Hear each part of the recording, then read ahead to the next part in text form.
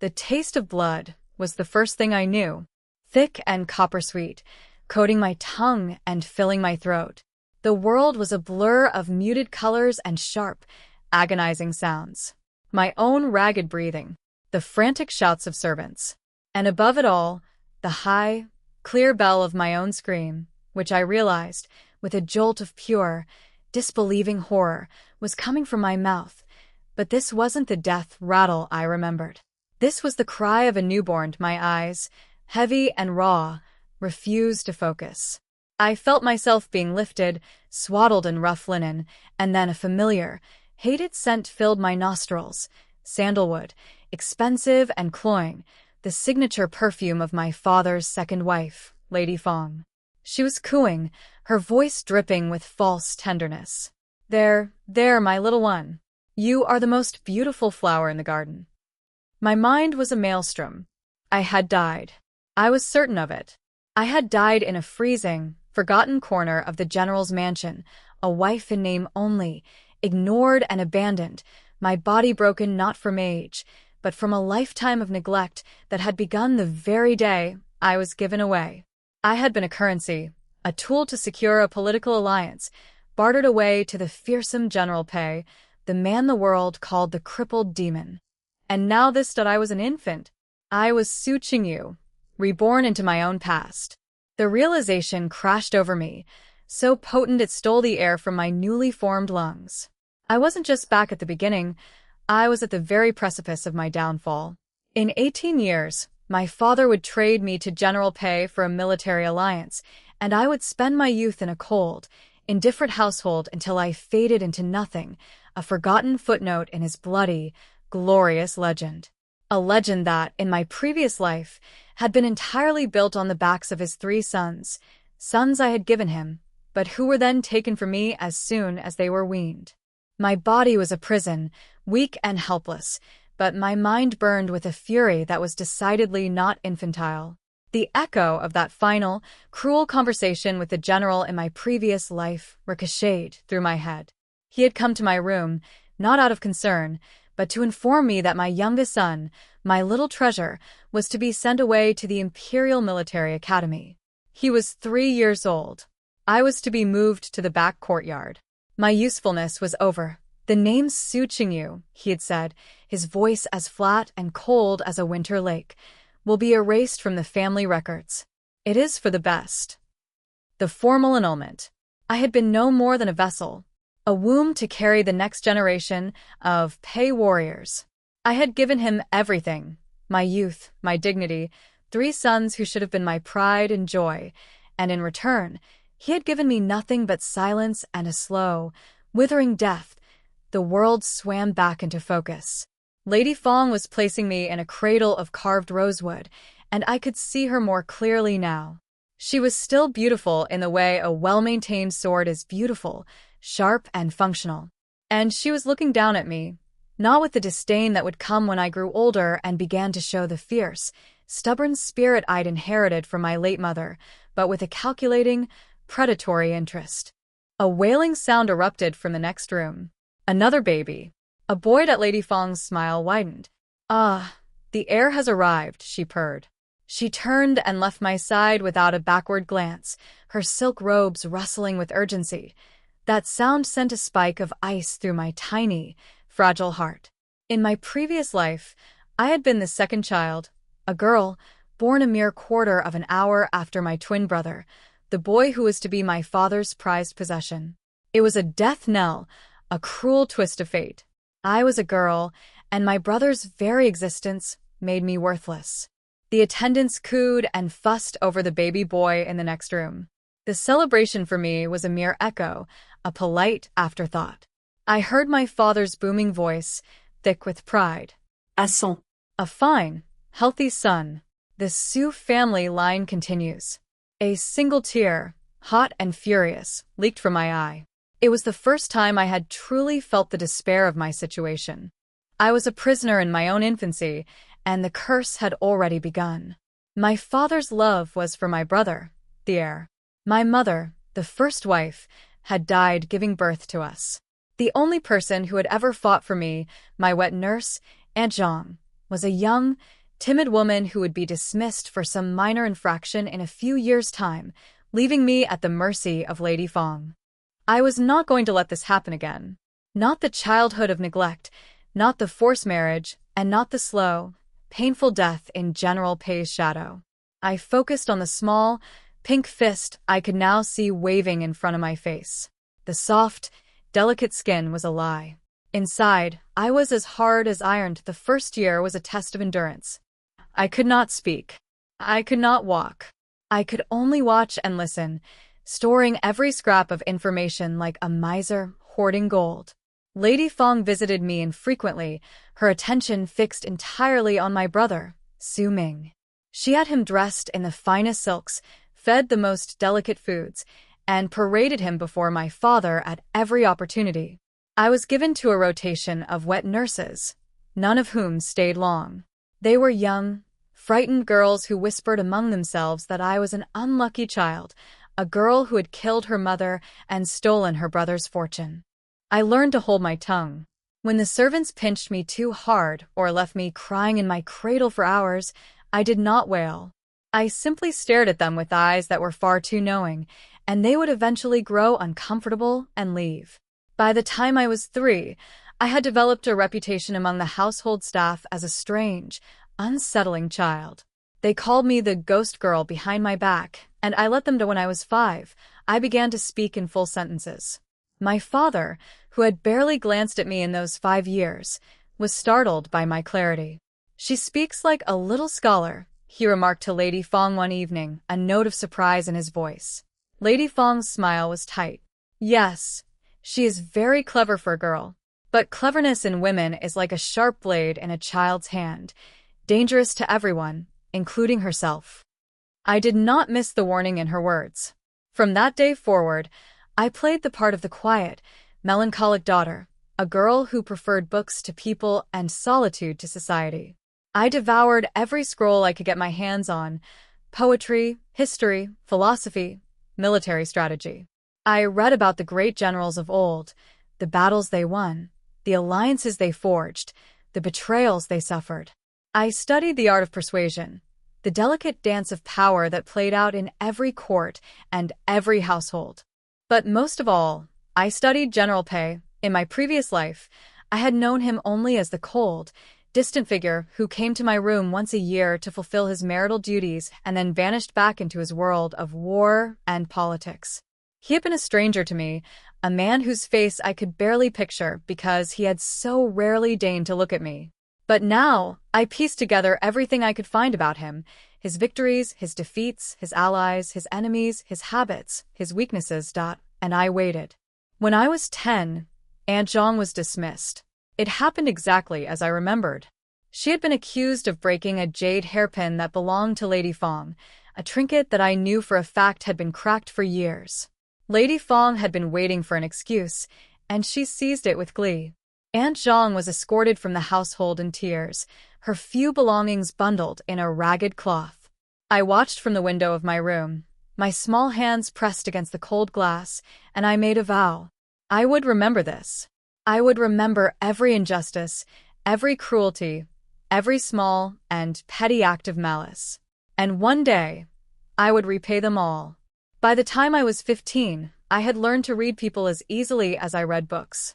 I could tell from a single glance whether a servant was loyal or bribed, whether a visitor was friend or foe.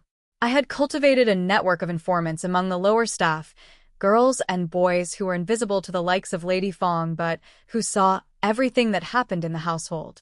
In return for small favors, a few coins, a kind word, a recommendation for a better position, they kept me informed of every rumor, every plot, every whisper that passed through the servants' quarters. Lady Fong had no idea. She saw me as she had always seen me, a quiet, harmless girl, a shadow in the corner of her bright, bustling household. She had no idea that I knew about the secret letters she exchanged with her cousin in the capital, or the money she had been siphoning from the household accounts for the past decade, or the affair she had been carrying on with the head steward for the last 3 years.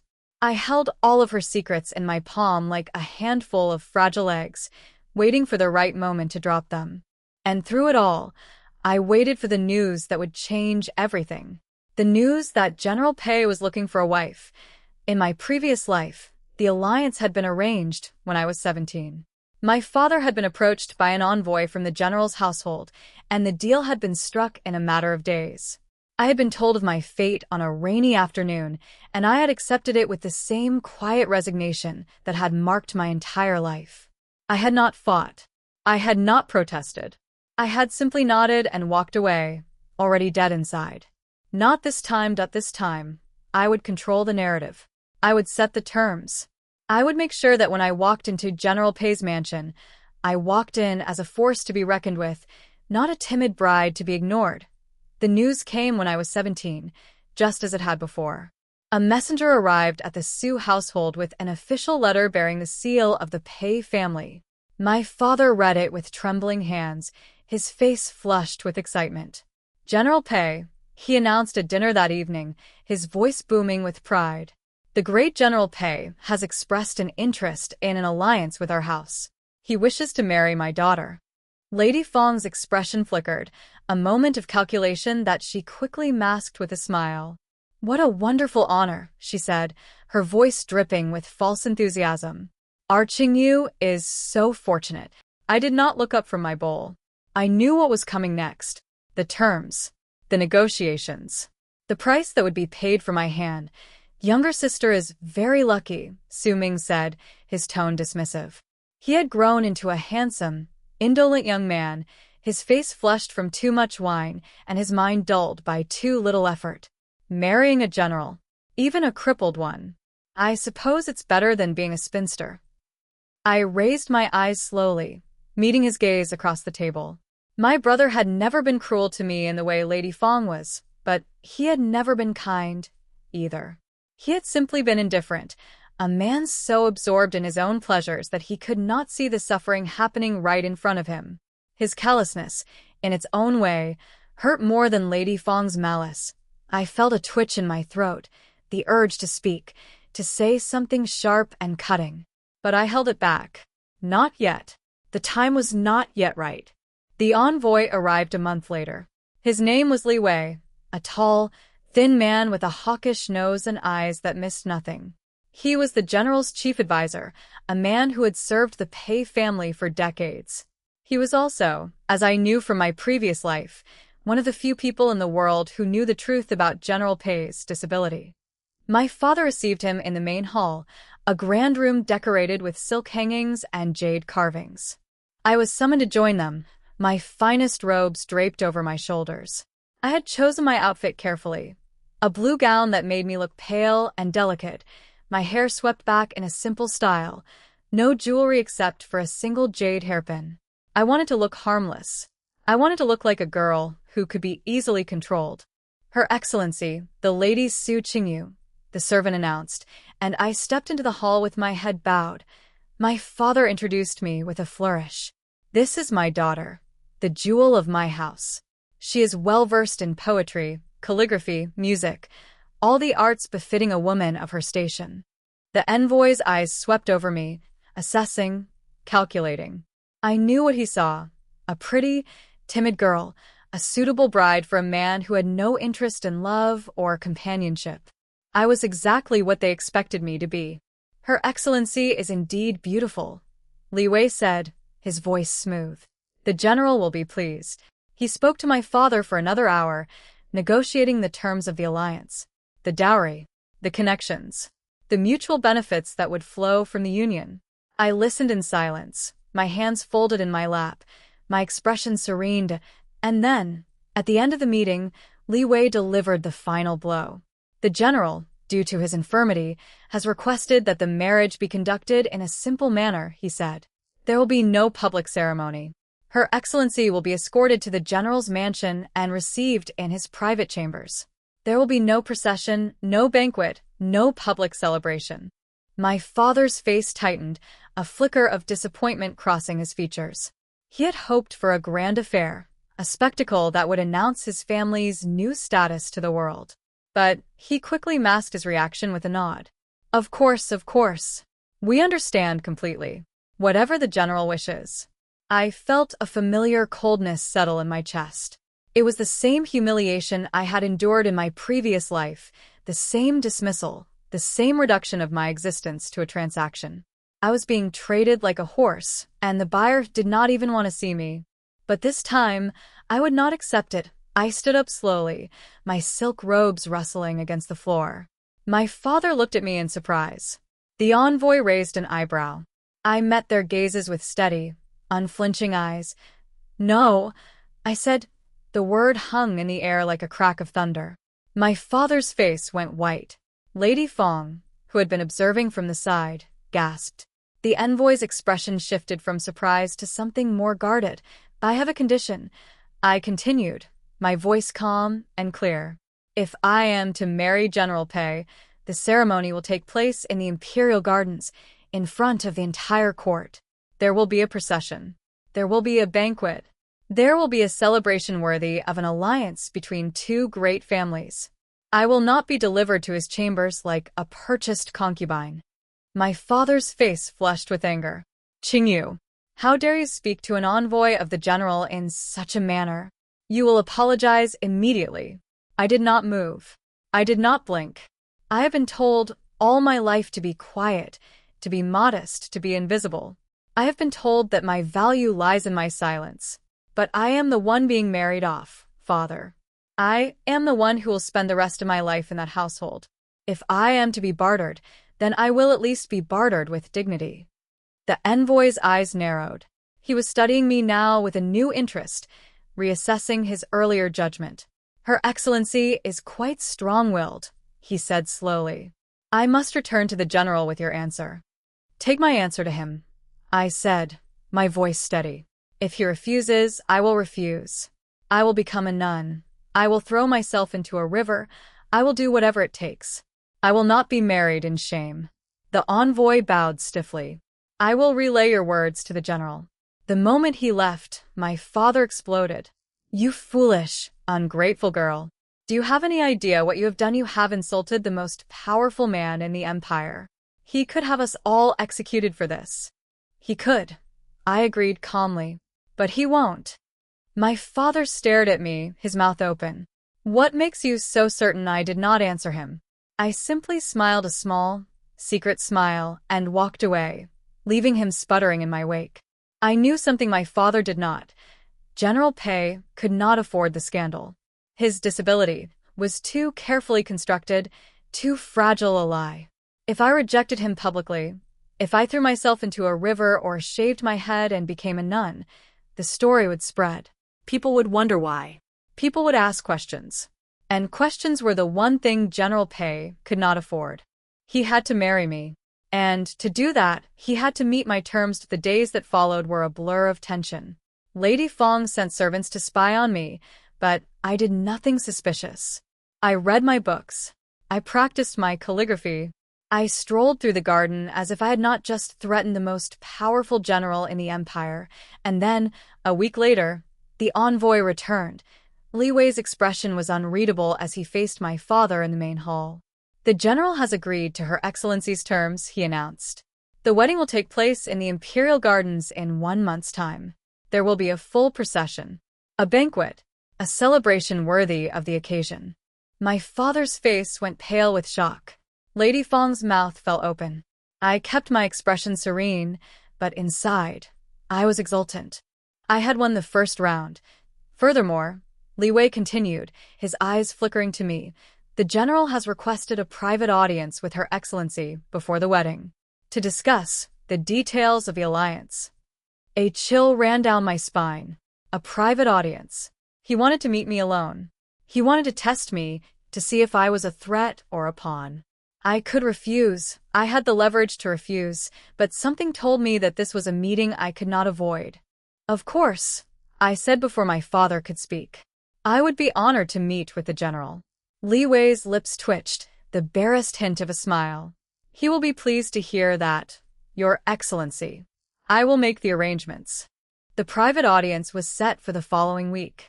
It was to take place at the general's mansion, in his private study. I was to be escorted by a single servant and allowed no more than an hour. The night before the meeting, I lay awake in my bed, staring at the ceiling. My heart was racing with a mixture of fear and anticipation. I had spent 18 years preparing for this moment. I had sharpened my mind, gathered my secrets, forged my weapons. And now, I would finally face the man who had destroyed me. But this time, I was not going in as a victim. I was going in as an equal. When I arrived at the general's mansion, I was struck by its grandeur. It was a sprawling complex of buildings and gardens, guarded by men with cold, watchful eyes. The servants who guided me through the halls moved with practiced efficiency, their faces carefully blank. The private study was a large room lined with scrolls and maps. A fire crackled in the hearth, casting dancing shadows across the walls. And in the center of the room, seated behind a massive oak desk, was General Pei. He looked exactly as I remembered him, tall, broad-shouldered, with a face that was more rugged than handsome. His eyes were dark and sharp, like chips of obsidian that missed nothing. He was wearing a simple gray robe, his hair pulled back in a loose knot. And he was sitting in a wheeled chair, a blanket draped across his lap. "Lady Sue," he said, his voice deep and resonant. "Please sit." I took the seat across from him, folding my hands in my lap. I could feel his eyes on me, studying me, weighing me. "I must admit," he said after a long pause, "I was surprised by your terms." I met his gaze without flinching. "I am sure you were, General." He smiled, a slow, dangerous smile that did not reach his eyes. "Most women would have been honored by a marriage to me. Most women would have accepted the terms without question." "Most women," I replied, "are not me." His eyes flickered with something, surprise, perhaps, or interest. "No," he agreed. "You are clearly different. I am aware of your secret, General." The words fell from my mouth like stones dropped into still water. The crackling of the fire was the only sound in the room for a long, breathless moment. General Pei's expression did not change, but I saw it, the flicker of darkness in his eyes, the way his fingers tightened almost imperceptibly on the armrest of his chair. "My secret," he repeated slowly. "And what secret would that be, Lady Sue?" I leaned forward slightly, my voice dropping to a whisper. "The secret of your legs. The truth that you are not crippled at all." The silence stretched between us, thick and suffocating. He stared at me with those unreadable eyes, and I stared back, refusing to look away. "I saw you," I continued, my voice steady, "on a moonlit night, in the garden of your mansion. You were practicing with your sword. You were standing. You were walking. You were enough." His voice was sharp, cutting through my words like a blade. He rose from his chair, his legs carrying him around the desk in 3 quick strides. He was taller than I remembered, more imposing, his presence filling the room like a gathering storm. He stood over me, his face inches from mine, his dark eyes boring into my soul. "If you know my secret," he said, his voice low and dangerous, "then you know that I cannot allow you to leave this room alive." I met his gaze without flinching. "You could kill me," I agreed. "But then you would have to explain my death. And I have already taken precautions, General. If I do not return from this meeting, a letter will be delivered to the Emperor's court detailing everything I know about you."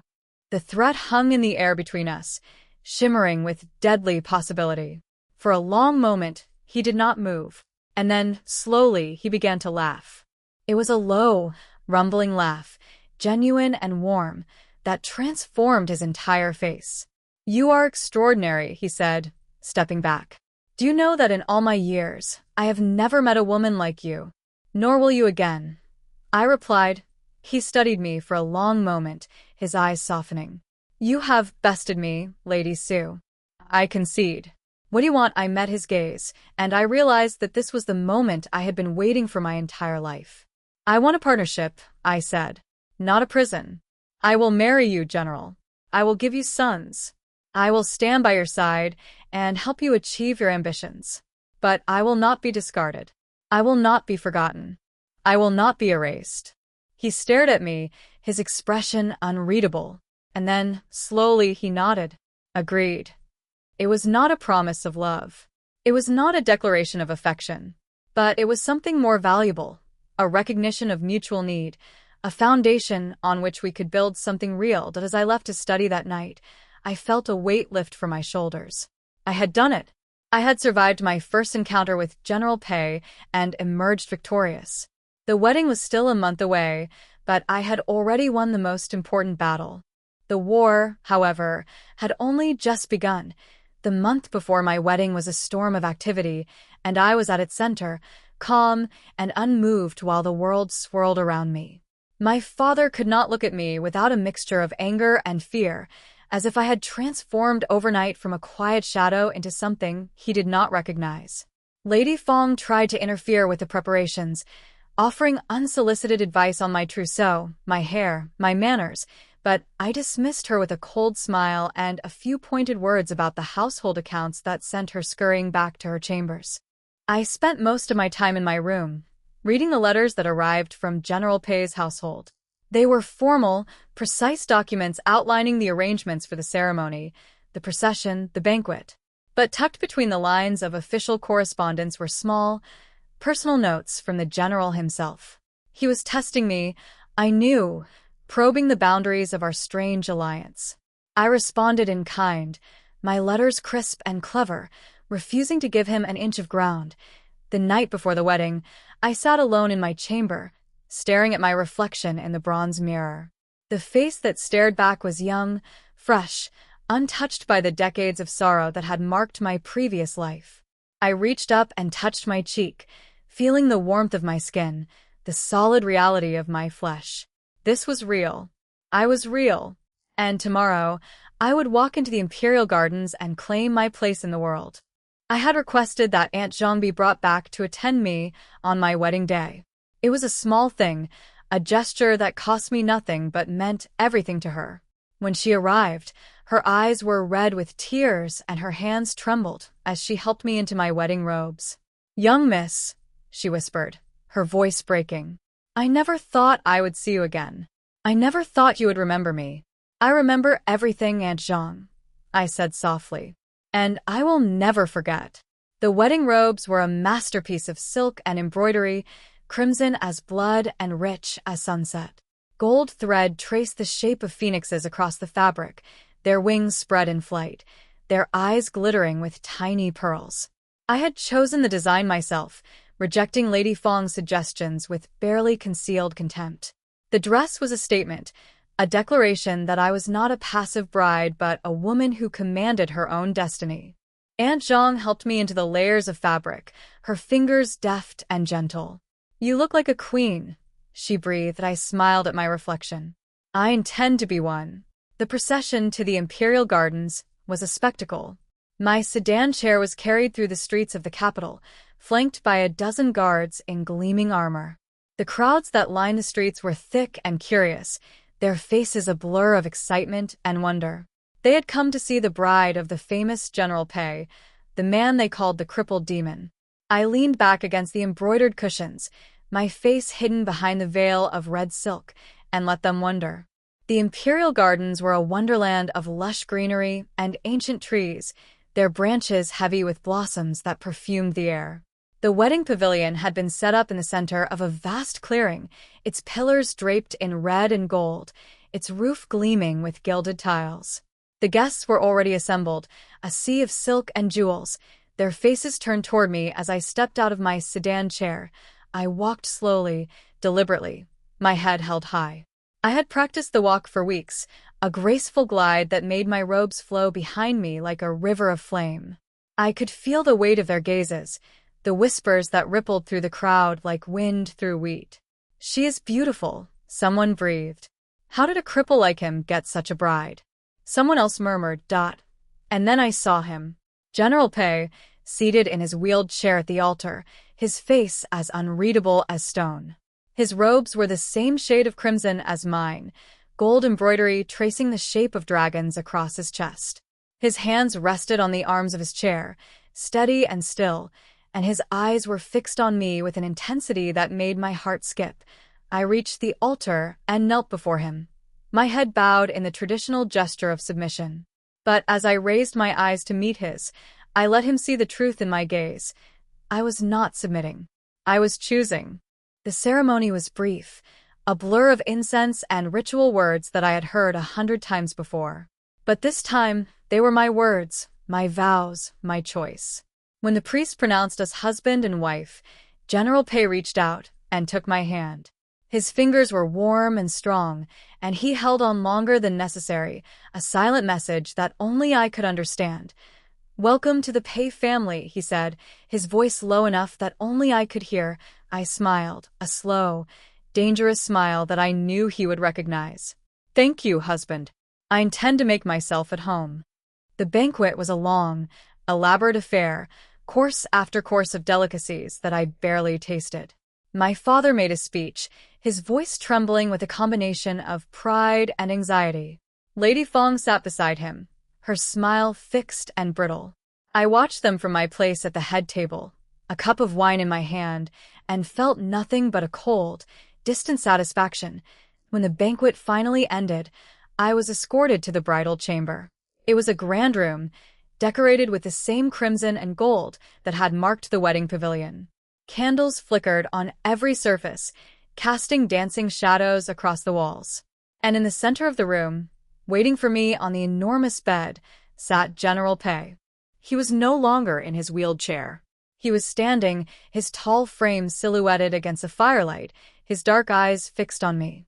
I closed the door behind me and leaned against it, my heart pounding in my chest. "You're not crippled," I said, echoing the words I had spoken in his study weeks earlier. He smiled, a slow, crooked smile that transformed his face. "And you are not a naive bride." He walked toward me, his steps deliberate, his eyes never leaving mine. "We are both playing roles, Lady Su.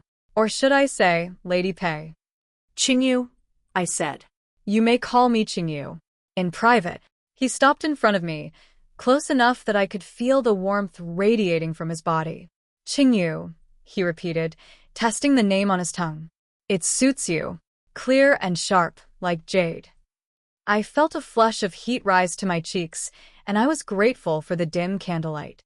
"And what should I call you?" He tilted his head, his eyes glinting. "Pei Yuan. It has been a long time since anyone called me by my name." "Pei Yuan," I said, letting the syllables roll off my tongue. "It suits you. Strong and steady, like the mountains." He laughed, a low, genuine sound that made my heart flutter. "You are a dangerous woman, Qingyu. I hope you know that." "I've been told," I said, "that I am the most dangerous thing you have ever encountered." He reached out and traced a finger along my jawline, his touch featherlight. "And you would be correct." He leaned in, his lips brushing against my ear. "But I have a feeling you are also the best thing that has ever happened to me." The first months of my marriage were a delicate dance of trust and wariness. Pei Yuan and I shared a bed, but we were still strangers in so many ways, each testing the other's boundaries, probing for weaknesses. I learned to read the subtle shifts in his expression, the small gestures that revealed his thoughts. He learned to anticipate my moods, my needs, my unspoken desires. I also learned the truth about his household. It was a den of vipers, a place where ambition and greed ruled and loyalty was a rare commodity. His mother, the Dowager Lady Pei, was a formidable woman who ruled the household with an iron fist. She had never approved of Pei Yuan's decision to marry, and she made no secret of her disdain for me. "She is nothing but a minor official's daughter," she sniffed at our first formal meeting. "Hardly worthy of a man of your stature." I smiled sweetly and made a mental note of every servant in her retinue, every secret she thought was well hidden. Then there was Pei Yuan's uncle, Pei Hong, a greasy, ambitious man who had been angling for control of the family fortune for years. He had expected Pei Yuan to remain unmarried, to eventually fade into obscurity, leaving the path clear for his own ambitions. My arrival had thrown a wrench in his plans, and he made no secret of his resentment. "You think a wife will help you," he sneered at Pei Yuan during one of our family dinners. "A woman is a weakness, not a strength. She will be your undoing." Pei Yuan did not respond. He simply looked at his uncle with cold, flat eyes and changed the subject. But I saw the tension in his shoulders, the way his fingers tightened around his wine cup. I reached under the table and placed my hand on his knee, a small gesture of solidarity.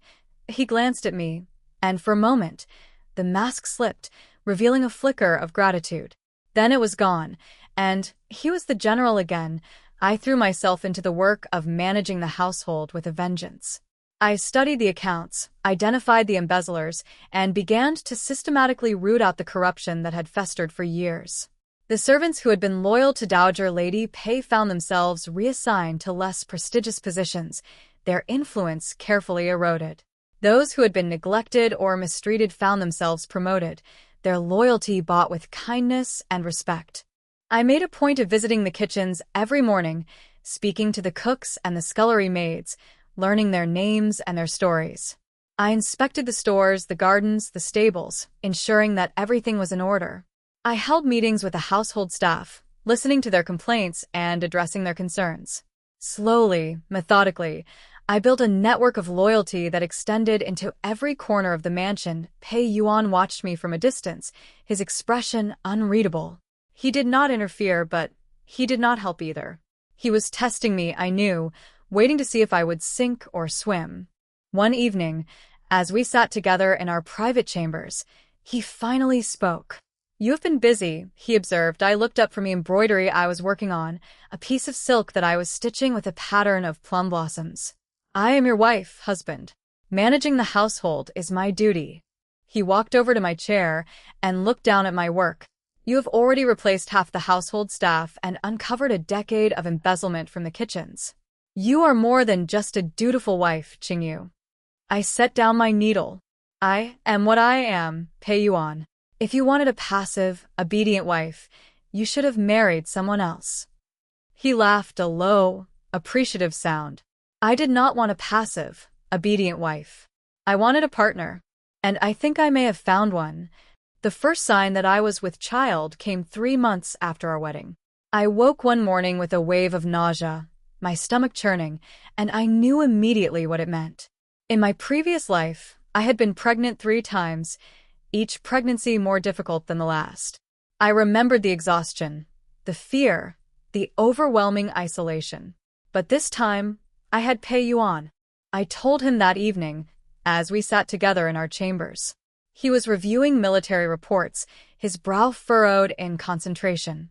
I cleared my throat, and he looked up. "I am pregnant," I said flatly. For a moment, he did not respond.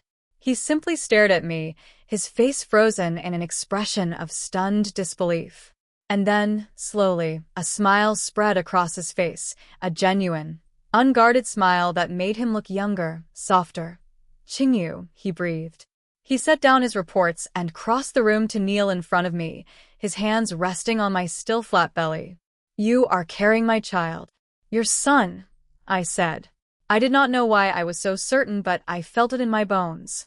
It would be a boy, just as it had been before. The first of 3.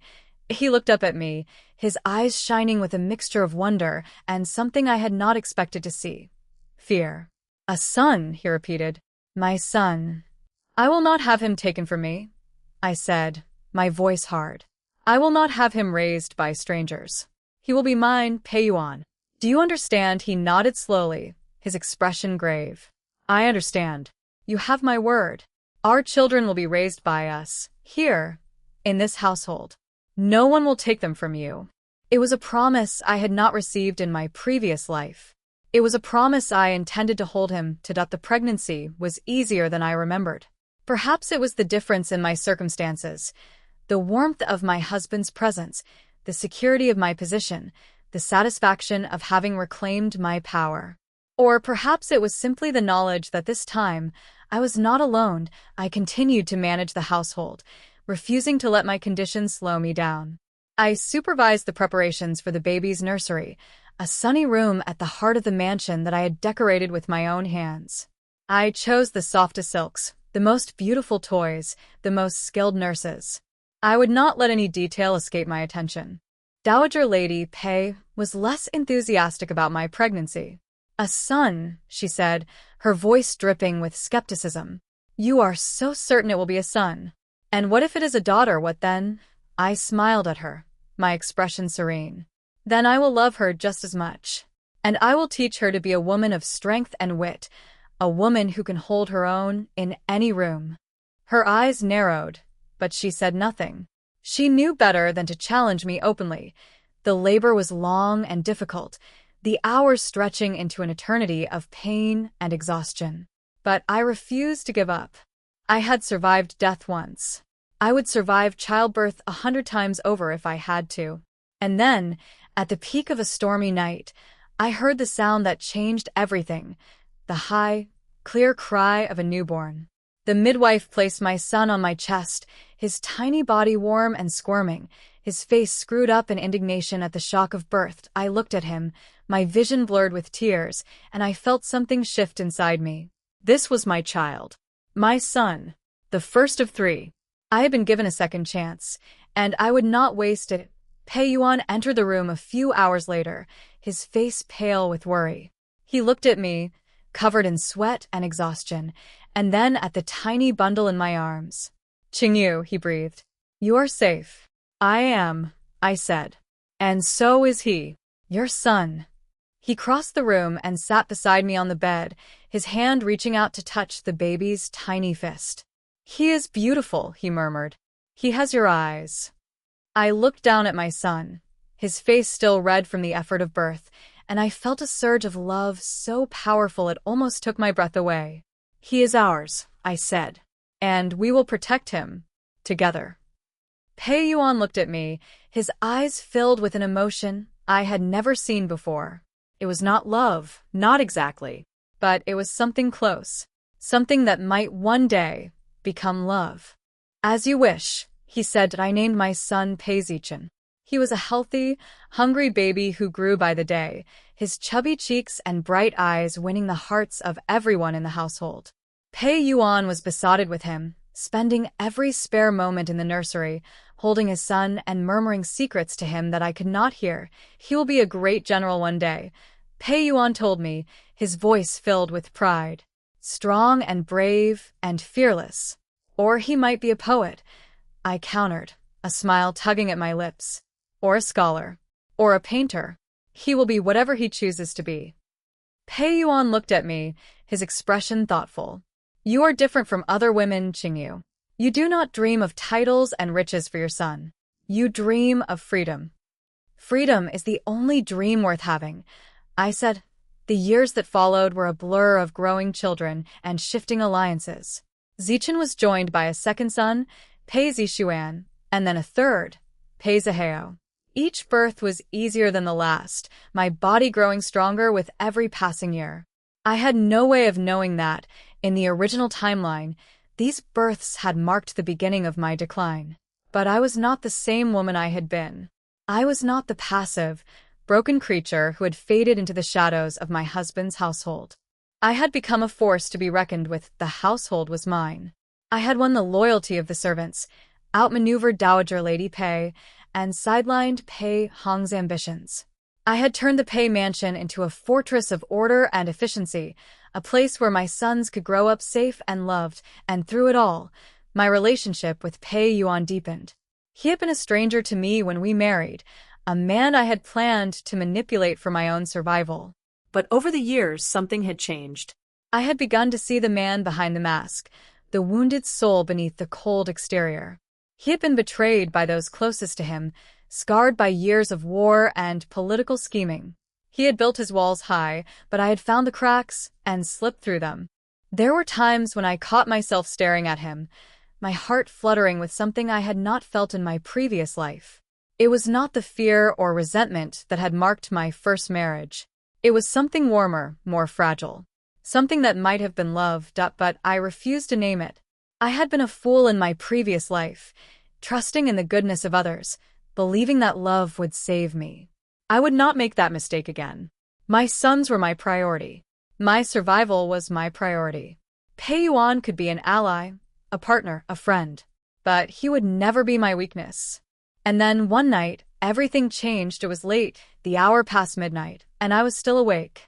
The baby, Zihao, had been fussy all evening, and I had just settled him to sleep. I sat beside his cradle, my hand resting on his tiny back, and I listened to the sounds of the house settling into silence. And then I heard it, A rustle in the garden below my window. My heart stopped. I recognized that sound. I remembered it from my previous life, the night I had seen Pei Yuan standing in the moonlight, his legs whole and strong. I rose from the cradle and crept to the window, my hand trembling as I pulled back the curtain. And there he was, Pei Yuan, standing in the garden, his robes discarded, his body bathed in the silver light of the moon. He was practicing with his sword, his movements fluid and powerful, his legs carrying him across the grass with an effortless grace that took my breath away. I had seen him like this before, but the memory had been dimmed by the decades of suffering that followed. Now, seeing him again, I was struck by a wave of emotion that I could not name. He must have sensed my presence, because he stopped suddenly, his sword lowered, his head turning toward my window. Our eyes met across the distance, and I felt a jolt of something electric pass between us. He did not run. He did not hide. He simply stood there, his gaze unwavering, and waited for me to react. I pulled the curtain closed and walked away from the window. My heart was pounding, my hands shaking. I had known his secret. I had known it from the very beginning. But seeing it again, seeing the proof of his deception laid bare in the moonlight, brought back a flood of memories I had tried to bury. In my previous life, this discovery had been my undoing. I had seen him in the garden, had known the truth, and I had kept it to myself, too afraid to confront him, too broken to use it. It had been my death knell, the final thread of my unraveling. I had faded away, a ghost in my own home, and when I finally died, it was with the weight of unspoken secrets on my lips. But this time I was not afraid. I was not broken. I was not the passive creature I had been. I crossed the room and slipped through the door, making my way down the stairs and into the garden. The night air was cool on my skin, the scent of night-blooming jasmine filling my senses. Pei Yuan was still there, standing at the center of the lawn, his sword still in his hand. "Qingyu," he said, his voice flat and unreadable. "You are not supposed to be awake. And you are not supposed to be walking," I replied.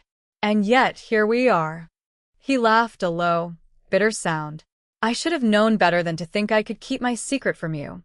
He lowered his sword and looked at me, his expression a mixture of resignation and something else. Something that looked almost like relief. "How long have you known?" he asked. "Since before we were married," I said, walking closer. "I have always known."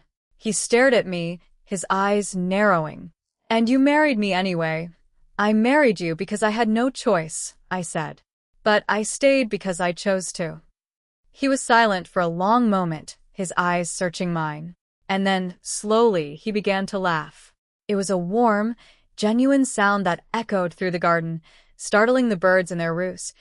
"You are the most remarkable woman I have ever met," he said, shaking his head. "You knew my deepest secret, and you did not use it against me." I stepped closer to him, close enough to feel the warmth of his skin. "I did not use it against you, because I wanted to give you the chance to trust me. And now you have." He reached out and touched my face, his fingers cool against my cheek. "I do trust you," he said. "You are the only person in the world I trust." I closed my eyes, leaning into his touch. It was not love. Not yet. But it was something more powerful, a bond forged in shared secrets and mutual respect. "Come inside," I said, opening my eyes. "Before someone sees you." He nodded and followed me back into the house, his hand resting on the small of my back. It was a small gesture, but it felt monumental, a silent acknowledgement that we were partners now, equals in all things. That night, for the first time, I allowed myself to hope that this new life might be more than just survival. It might be a life worth living. It might be a life I could love. The years that followed the birth of my third son were the most peaceful of my life, a golden interlude that I had never expected to experience. My sons grew like saplings in spring, each one unique and fiercely beloved. Zichen, the eldest, was serious and studious, with his father's sharp eyes and my stubbornness. Zishuan, the second, was wild and mischievous, always laughing, always scheming, always up to no good. And Ziheo, the youngest, was my gentle soul, quiet and observant, with a smile that could melt the coldest heart. I watched them play in the gardens, chasing each other through the flower beds, and I felt a contentment so deep it almost hurt. In my previous life, these boys had been taken from me, parceled out to tutors and nursemaids, raised to be soldiers and scholars while I was relegated to the shadows. I had seen them only at formal occasions, their faces stiff and polite, their eyes filled with a distant politeness that felt more like rejection than love. But this time, I was the center of their world. I was the one they ran to when they fell and scraped their knees. I was the one they brought their treasures to, a pretty pebble, a painted fan, a half-finished poem. I was the one they whispered their secrets to, the one they trusted above all others. I was determined to keep it that way. Pei Yuan, for his part, had become a different man than the cold, distant general I remembered. He was still reserved in public, still the fearsome, crippled demon who commanded armies and inspired terror in his enemies. But in private, with me and our children, he was something else entirely. He laughed easily, his eyes crinkling at the corners. He played with the boys, chasing them through the gardens, his crippled gait forgotten in the privacy of our home. He read them stories at night, his deep voice rumbling through the darkness, and he tucked them into bed with a tenderness that made my heart ache. "The boys adore you," I told him one evening, as we sat together in our chambers. "They think you are the greatest man in the world." He smiled, a slow, self-deprecating smile. "They are young. They will learn. They will learn that their father is a hero," I said firmly. "As I have learned." He looked at me, his expression unreadable. "And what have you learned, Qingyu?" I met his gaze, my heart steady.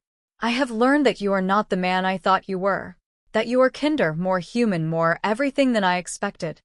He reached out and took my hand, his fingers warm and calloused. "And what did you expect?" I thought about the question for a long moment. What had I expected? A tyrant, a monster, a man who would use me and discard me like a broken toy. I had expected the same cold indifference that had marked my previous life. But instead, I had found a partner, a friend, someone who looked at me as though I was the most fascinating woman he had ever met. "I expected nothing," I said finally. "And you gave me everything." It was the closest I had ever come to admitting how I felt, and I saw the flicker of something in his eyes that made my pulse quicken. But I looked away before he could speak, afraid of what I might hear. I had spent so many years building my walls that I no longer knew how to dismantle them. I had convinced myself that love was a weakness, a liability that I could not afford. But as I watched my husband with our children, I began to wonder if I had been wrong. If maybe, just maybe, love was the only thing that made any of this worth it. The third year of our marriage brought a new challenge, the Emperor's summons. An imperial decree arrived one morning, delivered by a trembling servant who had clearly been intimidated by the formality of the message. Pei Yuan read it in silence, his face carefully blank, and then handed it to me. "He is summoning us to the capital," he said. "The entire household. A grand celebration for the autumn harvest. All the high-ranking families are expected to attend." I felt a chill run down my spine. In my previous life, this celebration had been a turning point, the beginning of the end. It had been there that I had first attracted the attention of the Empress Dowager, a woman who had taken an immediate dislike to me and made it her mission to ruin me. It had been there that I had been publicly humiliated, my reputation tarnished by a carefully orchestrated scheme that I had been too naive to see coming. But this time, I was not naive. I was readied. "We will attend," I said, my voice steady. "But we will be careful. The capital is a nest of vipers, and I have no intention of being bitten." Pei Yuan looked at me, a glint of approval in his eyes. "You know the court well," he observed. "I know people," I replied. "And I know that the higher they climb, the harder they fall." The journey to the capital was long and arduous, a caravan of carriages and servants that stretched for miles along the dusty road. I traveled with my sons, keeping them entertained with stories and games, while Pei Yuan rode ahead with his guards. I knew he was keeping a watchful eye on the road, ensuring that we were safe from the bandits and rebels that plagued the region. When we finally arrived at the imperial palace, I was struck by its magnificence. The walls were painted in brilliant shades of red and gold, the roofs adorned with intricate carvings of dragons and phoenixes. The gardens were a riot of color, flowers and trees imported from every corner of the empire. And the air was thick with the scent of incense and intrigue. The Dowager Empress, a woman of formidable presence and ruthless ambition, received us in the Hall of Eternal Harmony. She was older than I remembered, her face lined with age and power, her eyes sharp and calculating. She studied me with a cold, appraising gaze, and I felt a familiar chill run down my spine. "So you are the general's wife," she said, her voice silky and dangerous. "I have heard much about you. All of it good, I hope," I replied, my voice smooth and deferential. She smiled, a thin, bloodless smile that did not reach her eyes. "Oh, it has certainly been interesting. They say you have turned the Pei household upside down, that you have dismissed half the staff and replaced them with your own loyalists." "I am merely ensuring the efficient running of my husband's household," I said. "Surely the Empress Dowager understands the importance of order and discipline." Her eyes narrowed, and I knew I had scored a point. She had expected me to cower, to grovel, to apologize for my ambition. Instead, I had met her challenge head-on. The days that followed were a whirlwind of banquets, performances, and political maneuvering. I navigated the treacherous waters of the court with a skill that surprised even me, drawing on the lessons I had learned in my previous life. I knew which officials were corrupt, which concubines were ambitious, which eunuchs could be bribed. I used this knowledge carefully, doling out information like a miser counts his coins. And then, the inevitable happened. It was at a feast celebrating the end of the harvest, a grand affair with hundreds of guests, and an endless procession of dishes. I was seated beside Pei Yuan, our sons placed at a nearby table with the other children of high-ranking officials. The emperor was in attendance, a young man with a weak chin and a nervous laugh, and the Empress Dowager was seated beside him, her face a mask of imperial benevolence. I should have known the attack was coming. In my previous life, it had been a simple, devastating accusation. I had been caught in a compromising position with a young court official, a handsome man with a silver tongue and a talent for deception. The evidence had been fabricated, the witnesses paid off, but no one had believed me. My reputation had been destroyed, and I had been sent back to the Pei mansion in disgrace, never again to set foot in the capital. This time, I had planned for it. The young official appeared, as if by magic, at my side during a pause in the entertainment. He was even more handsome than I remembered, with dark hair and laughing eyes, and he moved with the easy confidence of a man who knew exactly how charming he was. "Lady Pei," he said, his voice low and intimate. "I have heard so much about you. I am honored to finally make your acquaintance." I smiled, a cool, distant smile that did not reach my eyes.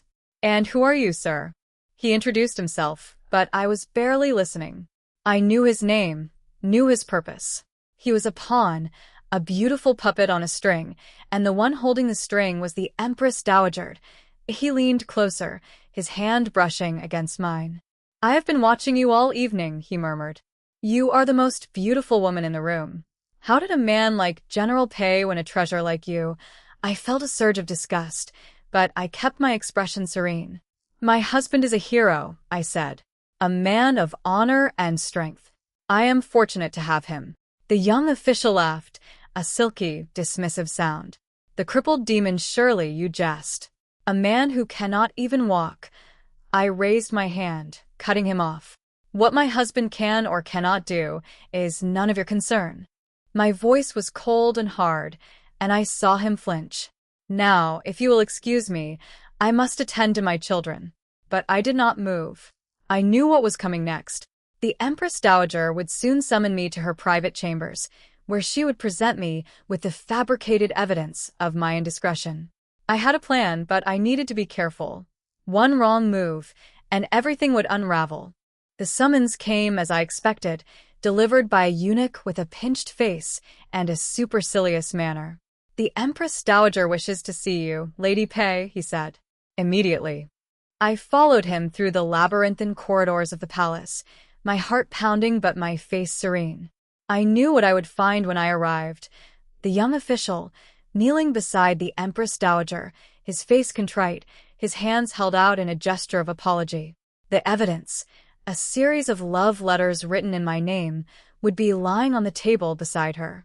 When I entered the chamber, the Empress Dowager was seated on a cushion of gold and crimson, her eyes glittering with anticipation. The young official was indeed beside her, his face pale and frightened. And on the table in front of her was a stack of letters, tied with a ribbon of silk. "Lady Pei," she said, her voice dripping with false sympathy. "I have been informed of a very troubling matter. It seems you have been conducting an inappropriate relationship with this young official. I have the proof here, written in your own hand." I stepped forward, my eyes fixed on the letters. "May I see them?" she nodded, and I picked up the top letter, scanning its contents. The handwriting was a passable imitation of my own, but there were subtle differences, small errors that I had deliberately planted in my earlier correspondence to make it easy to detect forgeries. "This is not my handwriting," I said calmly. "I can prove it." The Empress Dowager's eyes narrowed. "And how do you propose to do that?" "By comparing it to a letter I wrote to my husband this morning," I said, reaching into my sleeve and producing a folded piece of paper. "I would be happy to have an expert examine both documents. I am sure they will find the discrepancies." The Empress Dowager's face went white. She had not expected me to be prepared. She had not expected me to fight. "This is a serious accusation," I continued, my voice steady. "A false accusation could have serious consequences for the one who made it. Are you certain you wish to proceed?" "Your Majesty," the young official was trembling now. His earlier confidence vanished. He looked from the Empress Dowager to me, his face pale with fear. The Empress Dowager stared at me for a long, tense moment. And then, slowly, she began to laugh. It was a cold, brittle sound, and it sent a chill down my spine. "You are more clever than I thought, Lady Pei," she said.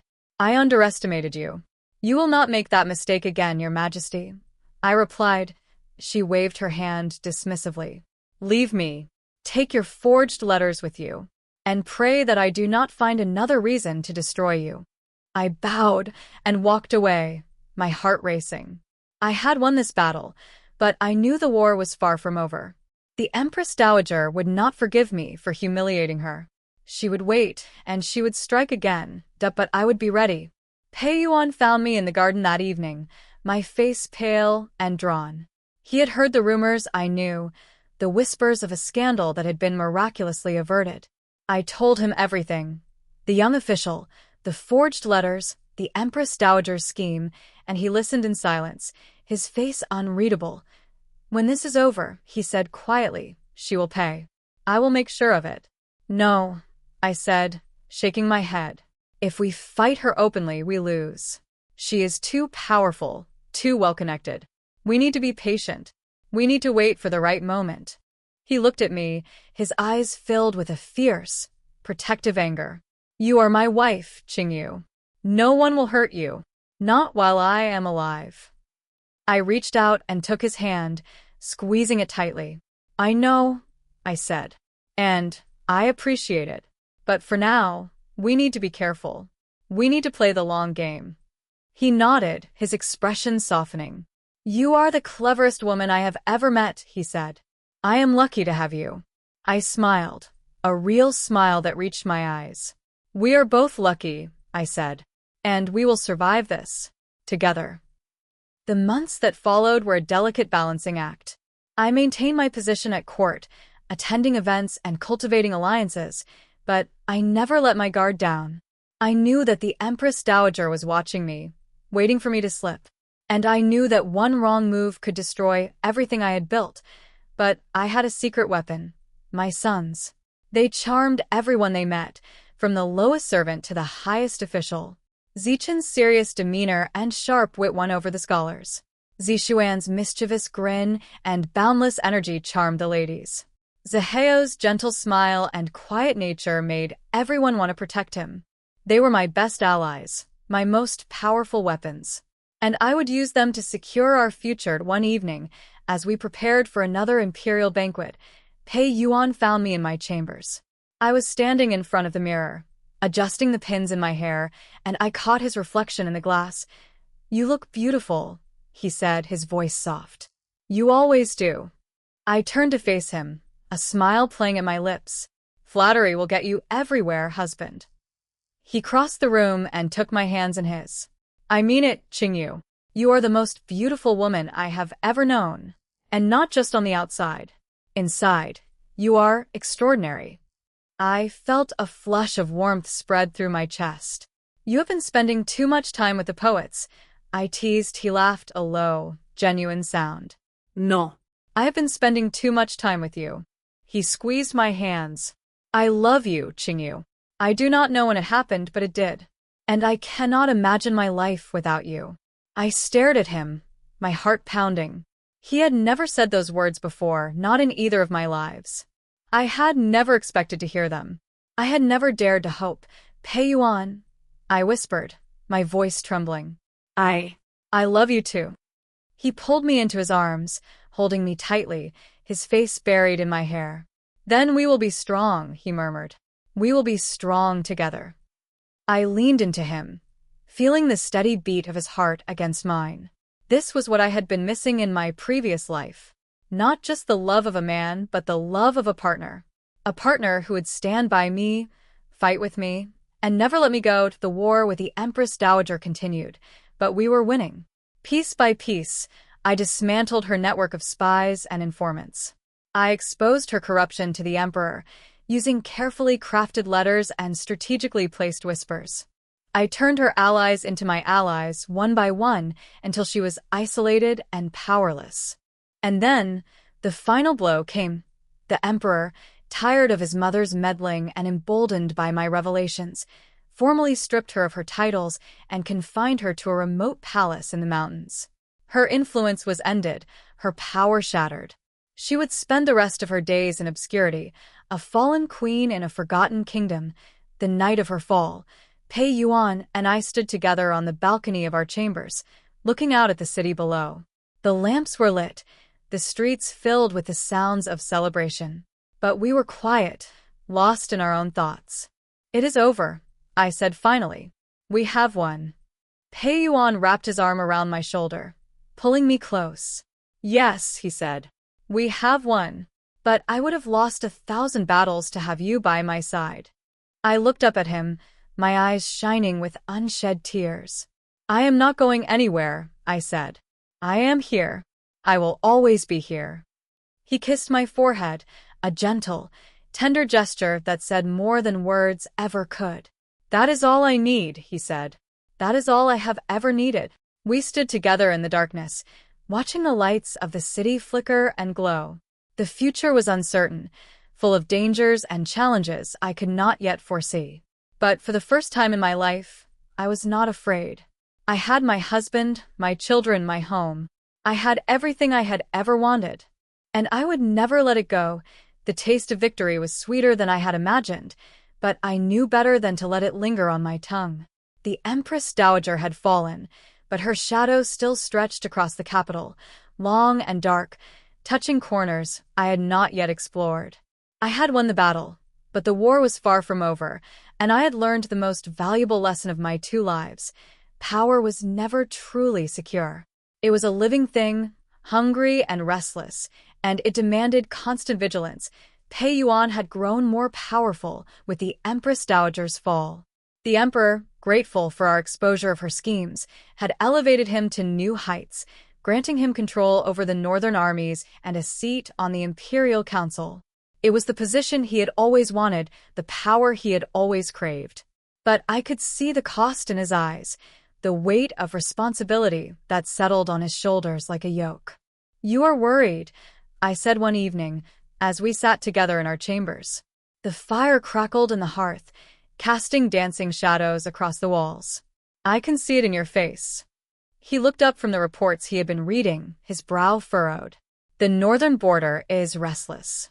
There are rumors of a new warlord, a man who calls himself the Iron Tiger. He has been raiding villages, burning crops, killing anyone who resists. The Emperor wants me to lead a campaign against him." I felt a chill run down my spine. The Iron Tiger. I had not heard that name in my previous life, which meant this was a threat that had not existed in the original timeline. It was a new variable, a wild card that I had not anticipated. "Will you go?" I asked. He set down his reports and crossed the room to sit beside me. "I have to. The Emperor has commanded it. If I refuse, I will be seen as a coward. And a coward cannot hold the loyalty of an army." I reached out and took his hand. "Then I will come with you." He stared at me, his eyes widening in surprise. "Qingyu, the battlefield is no place for a woman. It is dangerous, unpredictable. You forget, husband, that I am not an ordinary woman. I have faced dangers you cannot imagine. I have survived things that would have broken anyone else. I will not sit here in safety while you risk your life." He was silent for a long moment, his eyes searching mine. And then slowly he nodded. "If you come, you will do exactly as I say. You will stay in the camp behind the lines. You will not engage in any heroics." I smiled, a slow, dangerous smile. "I make no promises." He laughed, shaking his head. "You are impossible." "Do you know that I have been told?" I replied. "But I have also been told that I am the best thing that ever happened to you." He pulled me into his arms, holding me close. "That is true," he murmured. "That is absolutely true." We left for the northern border a month later, a grand procession of soldiers and servants that stretched for miles along the winding road. I rode in a carriage with my sons, keeping them entertained with stories and games, while Pei Yuan rode ahead with his generals. The boys were excited, their eyes bright with a thrill of adventure, but I could see the shadows of worry in their faces. They were old enough to understand that their father was going to war, and they were afraid. "Mother," Zichen said one evening, as we sat together in the carriage, "will father be safe?" I took his hand and squeezed it gently. "Your father is the bravest and strongest man in the empire," I said. "He will be safe. I promise." "And what about you?" Zixuan asked, his voice trembling. "Will you be safe?" I smiled, a warm, reassuring smile. "I will be fine. I am too stubborn to let anything happen to me." Zaheo, the youngest, said nothing. He simply crawled into my lap and buried his face in my chest, his small body trembling. I held him close, stroking his hair, and I felt a surge of fierce, protective love wash over me. These were my children, my treasures, and I would protect them with my life. The northern border was a harsh, unforgiving land, a vast expanse of scrub and rock that stretched to the horizon. The camp was a bustling city of tents and fires, filled with the sounds of soldiers training and horses neighing. I took charge of the logistics, organizing the supply lines and ensuring that the men were fed and clothed. It was work I had not done in my previous life, but I found that I had a natural talent for it. Pei Yuan was surprised by my efficiency. "You are a natural," he said one evening, as we sat together in his command tent. "You have managed to organize this camp better than any quartermaster I have ever employed." I smiled, a satisfied smile.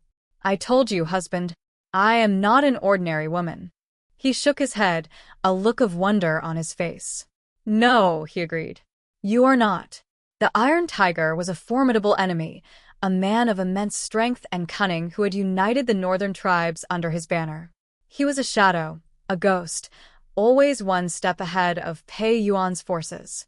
We skirmished with his warriors in the hills, but we could not draw him into a decisive battle. The campaign dragged on for months, the soldiers growing weary and dispirited. Pei Yuan was frustrated, his sharp mind unable to find a way to corner his elusive enemy. I watched him pace the tent at night, his face lined with exhaustion, and I knew I had to do something. One evening, I approached him with an idea. "The Iron Tiger is using the terrain to his advantage," I said.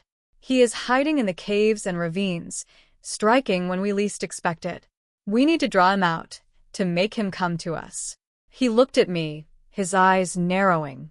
"How?" "By offering him something he cannot refuse," I said. "A trap baited with the one thing he wants most, you." He stared at me, his expression unreadable. "You want me to be the bait. I want you to pretend to be the bait," I corrected. "We will spread a rumor that you are ill, that you are weak and vulnerable. The Iron Tiger will see it as an opportunity to strike, to kill you, and claim a great victory. But when he attacks, our forces will be ready. We will surround him, trap him, destroy him." He was silent for a long moment, and I could see the wheels turning in his mind. "It is risky," he said finally. "If he discovers the truth, he could turn it against us." "He will not discover the truth," I said firmly, "because I will make sure of it." The plan was put into motion. We spread the rumor through the camp, allowing it to seep out into the surrounding villages. Pei Yuan took to his tent, surrounded by physicians and attendants, pretending to be weak and bedridden. I played the part of the worried wife, my face pale and drawn, my eyes red-rimmed from weeping. And then, the trap was sprung. The Iron Tiger's forces attacked on a moonless night, a wave of screaming warriors pouring over the walls of our camp. But our soldiers were waiting for them, their weapons ready, their hearts fierce. The battle was brutal and bloody, but we had the advantage of surprise. I watched from the edge of the camp, my heart pounding as I searched for Pei Yuan in the chaos.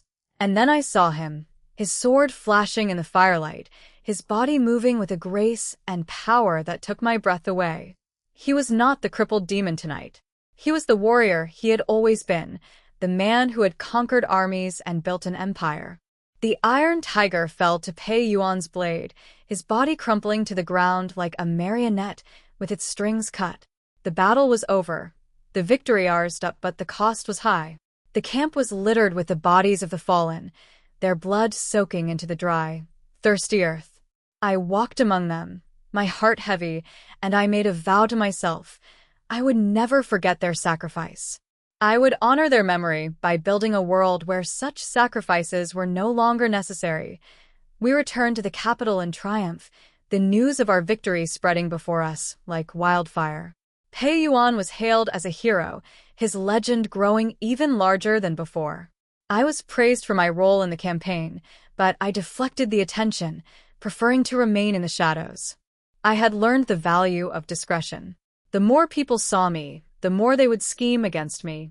Better to be the quiet power behind the throne, the invisible hand that guided the world. The years that followed were a time of consolidation and growth. Pei Yuan's power continued to expand, his influence reaching into every corner of the empire. I continued to manage the household, raising my sons and navigating the treacherous waters of the court. And slowly, the empire began to heal, to recover from the years of war and unrest. But the shadows were never far away. The Empress Dowager was gone, but her allies remained, biding their time, waiting for the right moment to strike. I knew they were there, could feel them like a spider's web brushing against my skin. And then, the crisis came. It was a quiet evening, the sun setting over the capital in a blaze of gold and crimson. I was sitting in the garden, watching my sons play, when the messenger arrived.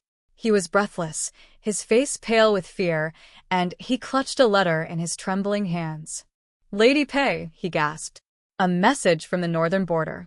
The Iron Tiger's sun has risen. He has united the remaining tribes and is marching on the capital. General Pei has been summoned to lead the defense." I felt a chill run down my spine. The Iron Tiger's son. I had not anticipated this. In my previous life, the Iron Tiger's line had been extinguished, his tribe scattered to the winds. But in this new timeline, history had taken a different path. I took the letter and read it quickly, my heart sinking. The situation was worse than I had feared. The northern armies had been depleted by the previous campaign, and the new warlord was a brilliant strategist, a man who had learned from his father's mistakes. Pei Yuan arrived shortly afterward, his face grim. "I have to go," he said. "The emperor has commanded it. If we do not stop this uprising, the empire will fall." I nodded, my heart heavy. "Then I will come with you." He stared at me, his eyes filled with a mixture of love and worry. "Qingyu, you have done enough. You have risked your life for me once. I cannot ask you to do it again." "You are not asking," I said firmly. "I am volunteering. I am your wife, Pei Yuan. I am your partner. Where you go, I go. That is the deal." He reached out and took my hand, his fingers warm and steady. "You are the bravest woman I have ever known," he said. "I would be lost without you." I smiled, a bright, fierce smile that belied my fear. "Then we will be brave together." The army marched north again, a column of soldiers and wagons that stretched to the horizon. I rode in my carriage with my sons, their faces solemn with the gravity of the situation. They were older now, more aware of the dangers that surrounded us. "Mother," Zichin said, his voice steady but his eyes troubled. "What will happen if we lose?" I took his hand and squeezed it tightly. "We will not lose," I said, "because we have something the enemy does not. Each other. We have love, we have loyalty, and we have hope. Those are weapons that cannot be defeated." The battle was unlike anything I had ever seen. The Iron Tiger's son had gathered a massive army, a horde of warriors that stretched across the plains like a tide of steel and fire. Pei Yuan's forces were outnumbered, but they were disciplined, trained, and determined. I watched from a hilltop, my heart in my throat, as the two armies clashed. The sound was deafening, the screams of men and horses merging into a single, terrible symphony. I could see Pei Yuan in the midst of the chaos, his sword flashing, his body moving with a grace that defied his years. And then the tide turned. The enemy broke through our lines, a wave of warriors pouring into the camp. I heard screams, saw the glint of steel, and then I was running, my sons at my side, searching for safety, but there was no safety. The enemy was everywhere, their faces twisted with rage and hatred. I found myself cornered, my back against a tent, my sons huddled behind me. "Stay behind me," I commanded, my voice steady despite my fear. "Do not move, no matter what happens." The warrior who approached me was huge, his face scarred and his eyes burning with fury. He raised his sword, ready to strike, and I knew that this was it. This was the end. But then, a familiar voice cut through the chaos. "Qingyu." And then Pei Yuan was there, his sword flashing, cutting down the warrior in a single, fluid motion. He stood over me, his eyes blazing, his body covered in blood. "Are you hurt?" he demanded. I shook my head, my voice trembling. "No." "We are all right." He pulled me to my feet, his arms wrapping around me. "I thought I had lost you," he murmured. "I thought I had lost everything." "You have not lost me," I said fiercely. "I am here. I will always be here." The battle continued for hours, the outcome uncertain until the very end. But in the end, we prevailed. Pei Yuan's strategy, combined with the courage and determination of his men, proved too much for the enemy. The Iron Tiger's son was captured, his army scattered, his rebellion crushed, but the cost was devastating. Thousands had died, and the northern territories were in ruins. I walked among the bodies of the fallen, my heart heavy with grief, and I made a vow: I would not let this happen again. I would find a way to build a peace that would last, a peace that would endure. Pei Yuan found me at the edge of the camp, staring out at the horizon. The sun was setting, painting the sky in shades of orange and gold. "It is over," he said softly, coming to stand beside me. "Yes," I agreed. "But the cost is always high," he said. "But we paid it willingly because it was the right thing to do." I turned to look at him, his face lined with exhaustion but his eyes bright with pride. "We did this together," I said. "We survived together." He reached out and took my hand, his fingers intertwined with mine. "And we will continue to survive together," he said. "As long as we have each other, there is nothing we cannot overcome." We returned to the capital to a hero's welcome, our names on everyone's lips. But I did not allow myself to be distracted by the praise. I knew that the peace we had won was fragile, that there were still those who would seek to destroy us. I continued to manage the household, to raise my sons, to navigate the treacherous waters of the court. I cultivated alliances, exposed enemies, and ensured that our position remained secure. It was a constant battle, a never-ending struggle, but I was not afraid. I had my husband, I had my sons, and I had the knowledge that I had earned my place in this world. One evening, as we sat together in our chambers, Pei Yuan looked at me with a smile on his face. Do you ever wonder what our lives would have been like if we had not met? He asked. I shook my head. I do not need to wonder, I said, because I know that our meeting was destiny, and I would not change a single moment of it. He reached out and took my hand, his eyes shining with love. Neither would I, he said. Neither would I. The years that followed were a time of peace and prosperity. The northern territories were rebuilt, the economy restored, the empire flourishing. My sons grew into men, each one finding his own path in the world. Zichen became a general, leading armies with the same skill and determination that his father had. Zishuan became a scholar, his sharp mind and quick wit winning him a place in the Imperial Academy. And Ziheo became a healer, his gentle hands and kind heart easing the suffering of those around him. I watched them grow with pride, knowing that I had raised them well. They were not just the sons of a general. They were men of honor, men of integrity, men who would make the world a better place. And through it all, Pei Yuan stood by my side, my partner, my friend, my love. We had weathered storms together, faced dangers together, and emerged stronger for it. You know, I said one evening, as we sat together in the garden, watching the sun set, I never expected to have this. A family, a home, a life filled with love and purpose. He turned to look at me, his face soft with affection. And I never expected to find a woman like you, he said. A woman who would challenge me, support me, and never give up on me. I smiled, a warm, genuine smile. We have been through so much together, I said. And I would not trade a single moment of it. Nor would I, he agreed. Nor would I. We sat together in the silence, watching the stars emerge one by one in the darkening sky. The future was uncertain, full of dangers and challenges I could not yet foresee. But I was not afraid. I had my husband, I had my sons, and I had the knowledge that I had earned my place in this world, that I had fought for it, bled for it, and loved for it, and nothing would ever take it away from me. The peace we had won was a fragile thing, a delicate glass sculpture that could shatter at the slightest tremor. I knew this better than anyone. I had lived through the aftermath of war, had seen the way grief festered and resentment grew like weeds in a neglected garden. The northern territories were rebuilding, but the scars of conflict ran deep, and there were those who remembered the bloodshed with a bitterness that would not fade. I threw myself into the work of healing, using my position and influence to support the reconstruction efforts.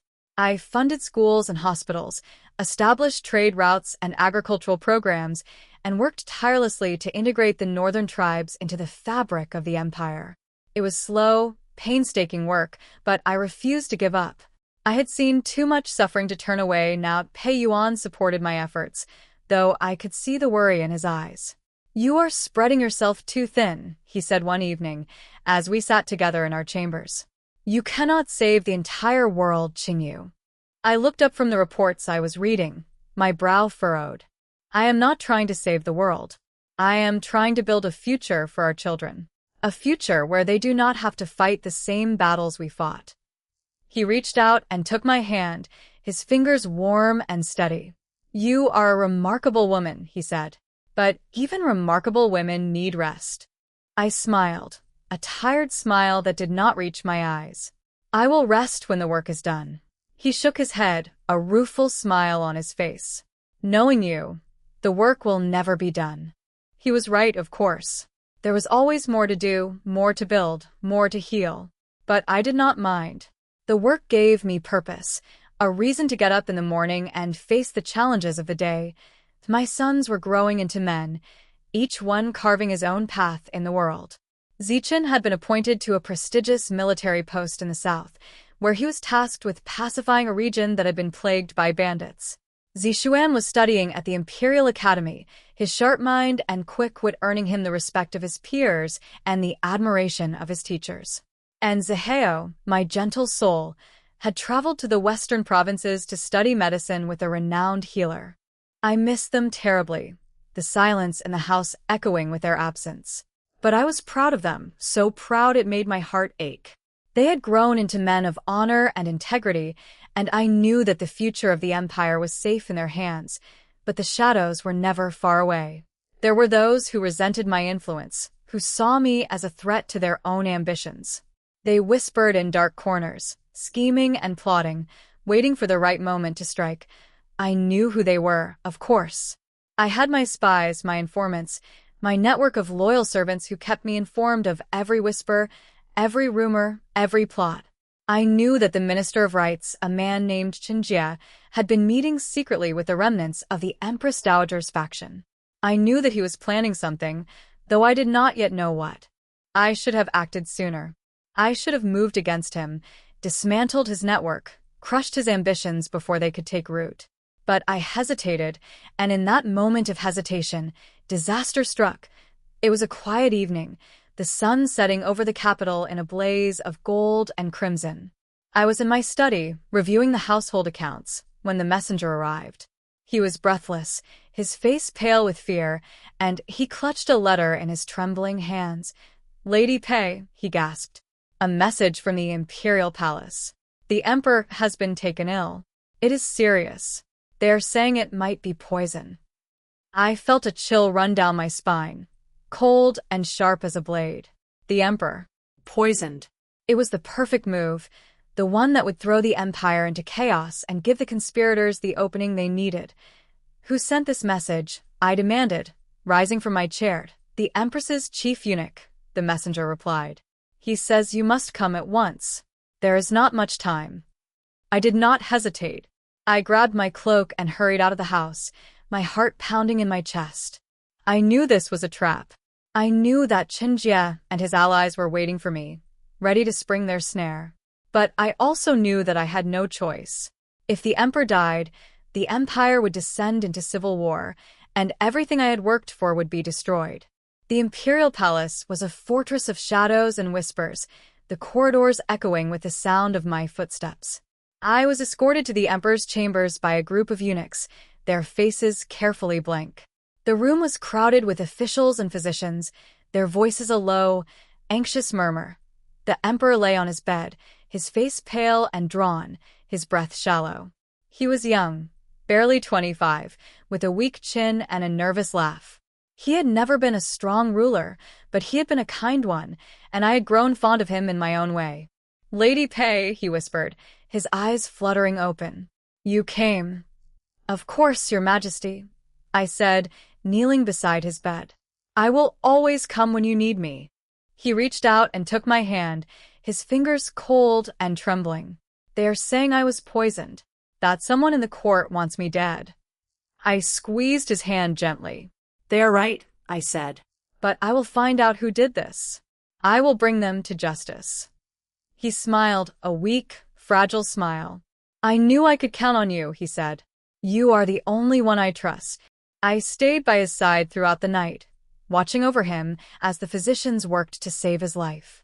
The poison was slow-acting, designed to mimic a natural illness, but they had caught it in time. The Emperor would survive, though he would be weakened for weeks, but the conspiracy was far from over. The poisoning was just the beginning, the first move in a larger game. I needed to find out who was behind it and stop them before they could strike again. I began my investigation the next morning, working tirelessly to uncover the truth.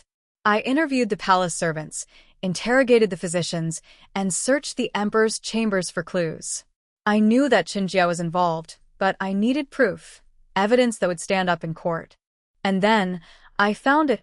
It was a small vial, hidden in the sleeve of one of the Emperor's personal attendants. The attendant was a young man named Liu, who had been in the Emperor's service for years. He had been the one who had prepared the Emperor's evening tea, the perfect opportunity to administer the poison. I confronted him in the servants' quarters, my voice cold and hard. "I know what you did, Liu. I know who is behind this. If you confess now, I will see that you are treated mercifully." He stared at me, his face pale with fear. I do not know what you are talking about, Lady Pei." I held up the vial, its glass surface glinting in the dim light. "This vial was found in your sleeve. It contains the same poison that nearly killed the Emperor. Do not lie to me, Liu. I have been lied to by better men than you." His composure crumbled.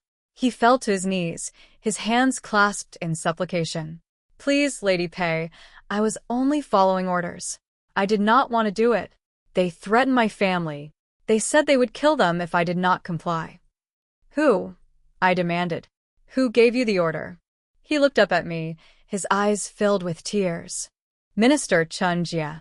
He said the emperor was weak, that he needed to be replaced by someone stronger.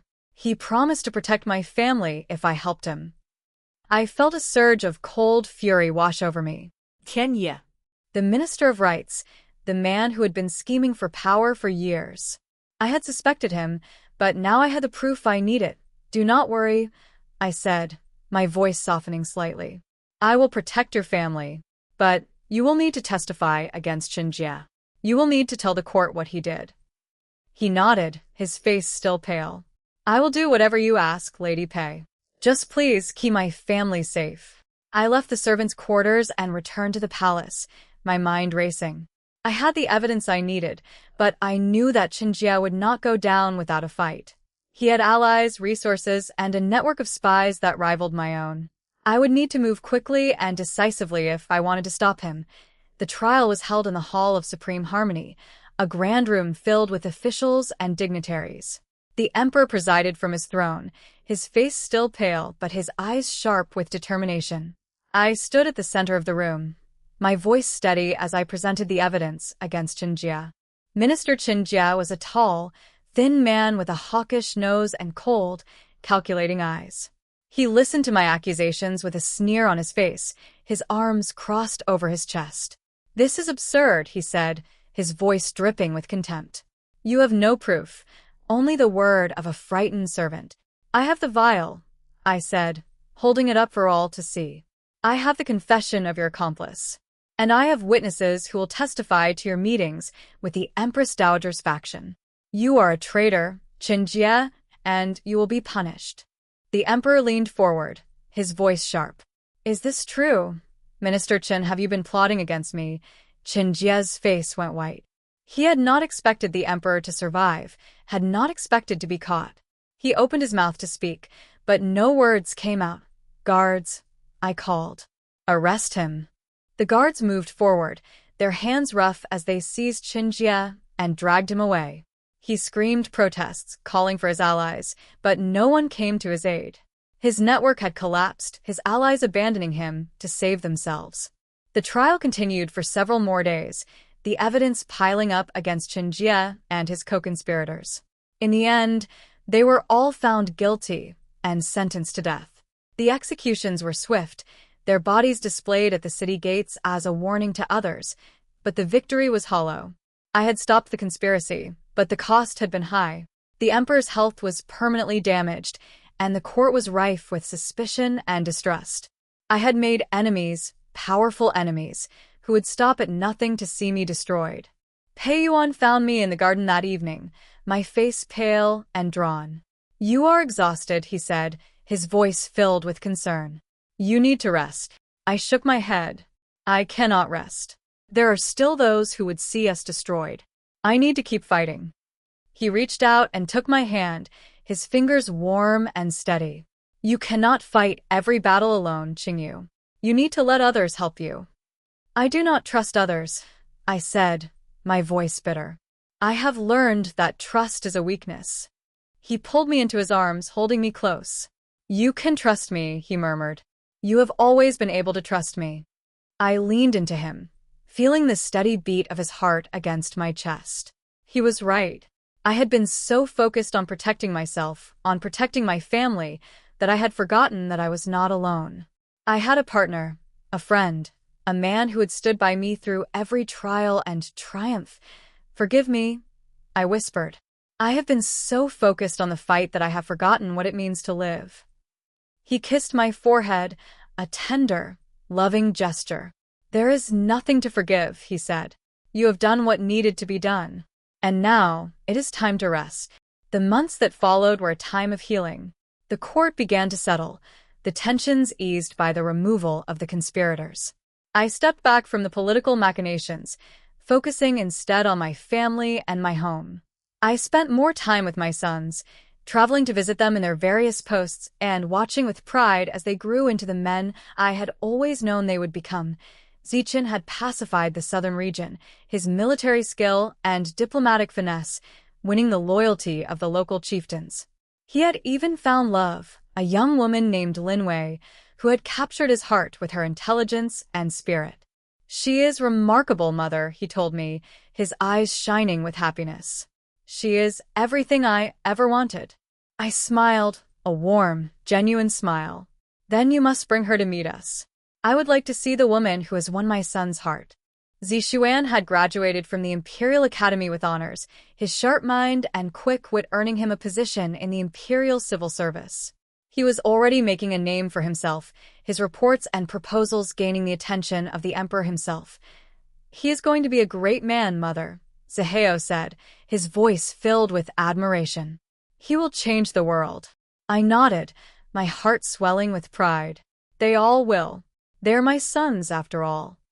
And Zaheo, my gentle soul, had returned from the western provinces with a wealth of knowledge and a heart full of compassion. He had opened a clinic in the capital, treating the poor and the sick, his kind hands and gentle manner earning him the love of all who knew him. "You have done well, my son," I told him, as we sat together in the garden.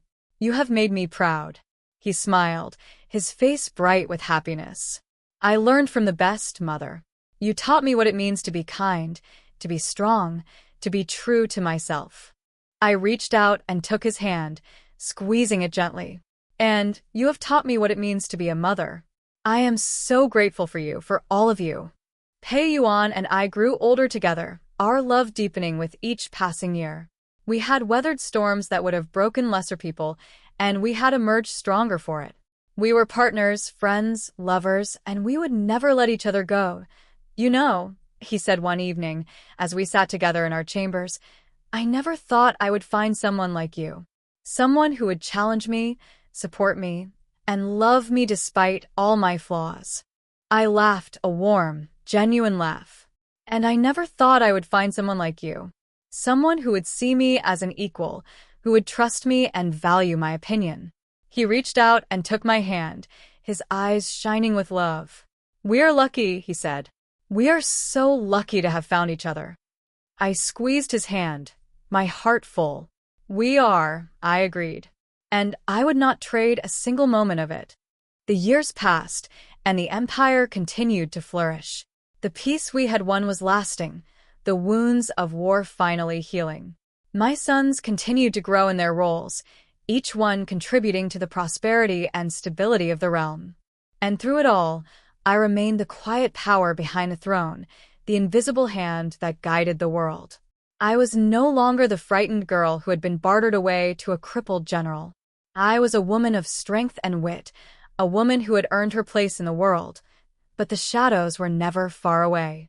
I knew that there would always be those who would seek to destroy me, who would see my success as a threat to their own ambitions. I was prepared for them, ready to face whatever challenges came my way. One evening, as I sat in my garden, watching the sun set over the capital, a messenger arrived. He was breathless, his face pale with fear, and he clutched a letter in his trembling hands. "Lady Pei," he gasped. "A message from the southern border. General Zichen has been wounded in battle. It is serious. They are saying he might not survive." I felt the world tilt beneath me, my heart stopping in my chest. My son, my firstborn, the boy who had grown into a man of honor and courage. He could not die. He could not leave me. I took the letter, my hands trembling, and read it quickly. The words blurred before my eyes, but I forced myself to focus. Zichen had been leading a campaign against a rebel faction when he had been struck by an arrow. The wound was deep, the infection severe. The physicians were doing everything they could, but they were not hopeful. Pei Yuan was beside me in an instant, his hands on my shoulders. "Qingyu, what is it? What has happened?" I looked up at him, my eyes filled with tears. "It is Zichen. He has been wounded. They say he might not survive." His face went pale, his hands tightening on my shoulders. "We will go to him," he said firmly. "We will leave at once. Do not give up hope, Qingyu. He is our son. He is strong. He will fight." The journey to the southern border was a blur. the days blending together in a haze of fear and anxiety. I did not sleep, did not eat, did not speak. My only thought was of Zichin, of reaching him before it was too late. When we finally arrived at the camp, I was ushered to his tent, my heart pounding in my chest. He was lying on a cot, his face pale and drawn, his body covered in bandages. But his eyes were open, and he smiled when he saw me. "Mother," he whispered, "you came." I fell to my knees beside him, my hands reaching out to touch his face. "Of course I came. You are my son. I would never abandon you." He reached up and took my hand, his fingers weak but warm. "I am going to be all right," he said. "The physicians say the infection is clearing. I will survive." I felt a surge of relief, so powerful it nearly knocked me over. "I was so afraid," I said, my voice trembling. "I thought I had lost you." "Never," he said firmly. "You will never lose me. I am a Pei. We do not give up." I stayed by his side for the next few weeks, nursing him back to health. The wound healed, the infection faded, and he grew stronger with each passing day. He would have a scar, a permanent reminder of the battle he had fought, but he would survive. "You are so much like your father," I told him one evening, as we sat together in his tent. "Strong, brave, and stubborn." He laughed, a warm, genuine laugh. "I take that as a compliment. Father is the greatest man I know." "He is," I agreed. "And you are becoming a great man too. I am so proud of you, Zichin." He reached out and took my hand, his eyes shining with love. "I am proud to be your son," he said. "You are the strongest woman I have ever known, and I will spend the rest of my life trying to live up to your example." The journey home was a celebration, the news of Zichin's recovery spreading before us like wildfire. The capital welcomed us with open arms, the streets lined with cheering crowds. But I paid them no attention. My only focus was my family, the people who mattered most to me. Pei Yuan was waiting for me in our chambers, his face filled with relief. "He is going to be all right," he said. "You saved him." I shook my head. "He saved himself. I just reminded him of who he is." He pulled me into his arms, holding me tight. "You are a remarkable woman, Qingyu. I am so lucky to have you." I leaned into him, feeling the steady beat of his heart against mine. "I am lucky to have you," I said. "I am lucky to have all of you." The years continued to pass, the empire growing stronger and more prosperous with each passing day. My sons continued to make their mark on the world, their names becoming legends in their own right. And I continued to stand by their side, the quiet power behind the throne, the invisible hand that guided the world. But I knew that my time was coming to an end. I had lived 2 lives, experienced more than most people could ever imagine. I had loved, lost, and loved again. I had built a legacy that would endure long after I was gone, and I was at peace. Pei Yuan and I spent our final years together, growing old in the warmth of each other's love. We walked in the garden, watched the sun set over the capital, and held each other as the years passed by. "I love you," he said one evening, as we sat together on the balcony. "I have loved you from the moment I met you." I smiled, a warm, genuine smile. "I love you too," I said. "And I have loved you for a lifetime. Maybe 2. He laughed, a low, rumbling sound. "You are remarkable," he said. "And I am so grateful that you chose me." I took his hand, my fingers intertwined with his. "I would choose you again," I said. "In every life, in every timeline, I would choose you." And I meant it. For all the pain and suffering I had endured, for all the battles I had fought, I would do it all again. Because it had led me here, to this moment, with the man I loved and the family I had built. I had been reborn once, a second chance at a life I had thought lost. But I had learned that rebirth was not about starting over. It was about taking the lessons of the past and building something better. It was about love and hope and the courage to fight for what mattered most. And I would never forget that. Not ever. The garden was bathed in the soft gold of late afternoon, the blossoms swaying gently in the warm breeze. I sat on the stone bench beneath the ancient plum tree, my fingers resting on the worn wood of my walking stick, and watched my grandchildren chase each other through the flower beds. Their laughter was like music, bright and carefree, a sound that filled the empty spaces in my heart. I was old now. The years had carved their marks into my face, silvered my hair, and slowed my steps. But I was not sad. How could I be, when I had lived so fully, loved so deeply, and built so much? I had been given a second chance, a gift that most people could only dream of, and I had used it well. The youngest of my grandchildren, a little girl with my eyes and her grandfather's stubborn chin, ran up to me and climbed onto my lap. "Grandmother," she said, her voice bright and eager, "tell me a story. Tell me the story of how you met grandfather." I smiled, stroking her soft hair. "You have heard that story 100 times, little one." "I want to hear it again," she insisted, her eyes shining with childish earnestness. "It is my favorite." I looked up at the sky, the clouds drifting lazily overhead, and I felt the memories wash over me like a gentle tide. It had been so long, and yet it felt like yesterday. The taste of blood, the sound of my own newborn cry, the scent of sandalwood and the cold, calculating eyes of Lady Fong. And then, years later, the moment I had stood before the envoy and refused to be silenced. "Very well," I said, settling her more comfortably on my lap. "I will tell you the story. But you must promise to listen carefully, because it is a story about courage and love and the importance of never giving up." She nodded solemnly, her small hands clasped in her lap. "It began a very long time ago," I said, my voice taking on the rhythm of a tale well told, "when I was just a baby, smaller than you, and the world was a very different place. I was born into a family that did not value me, a girl in a house that wanted only sons. But I was lucky because even then, I knew that I was meant for something more." My granddaughter's eyes were wide, her attention captured completely. "What did you do?" she asked. "I waited," I said. "I watched. I learned. And when the time came, I spoke. I refused to be silenced. I refused to be a pawn in someone else's game. And that refusal led me to your grandfather." "Was he handsome?" she asked, her voice filled with girlish curiosity. I laughed, a warm, genuine sound. "He was," I said. "But more than that, he was strong. Not just in his body, but in his heart. He had been hurt, deeply hurt, by the world. But he did not let that turn him bitter. He fought for what he believed in, and he never stopped fighting."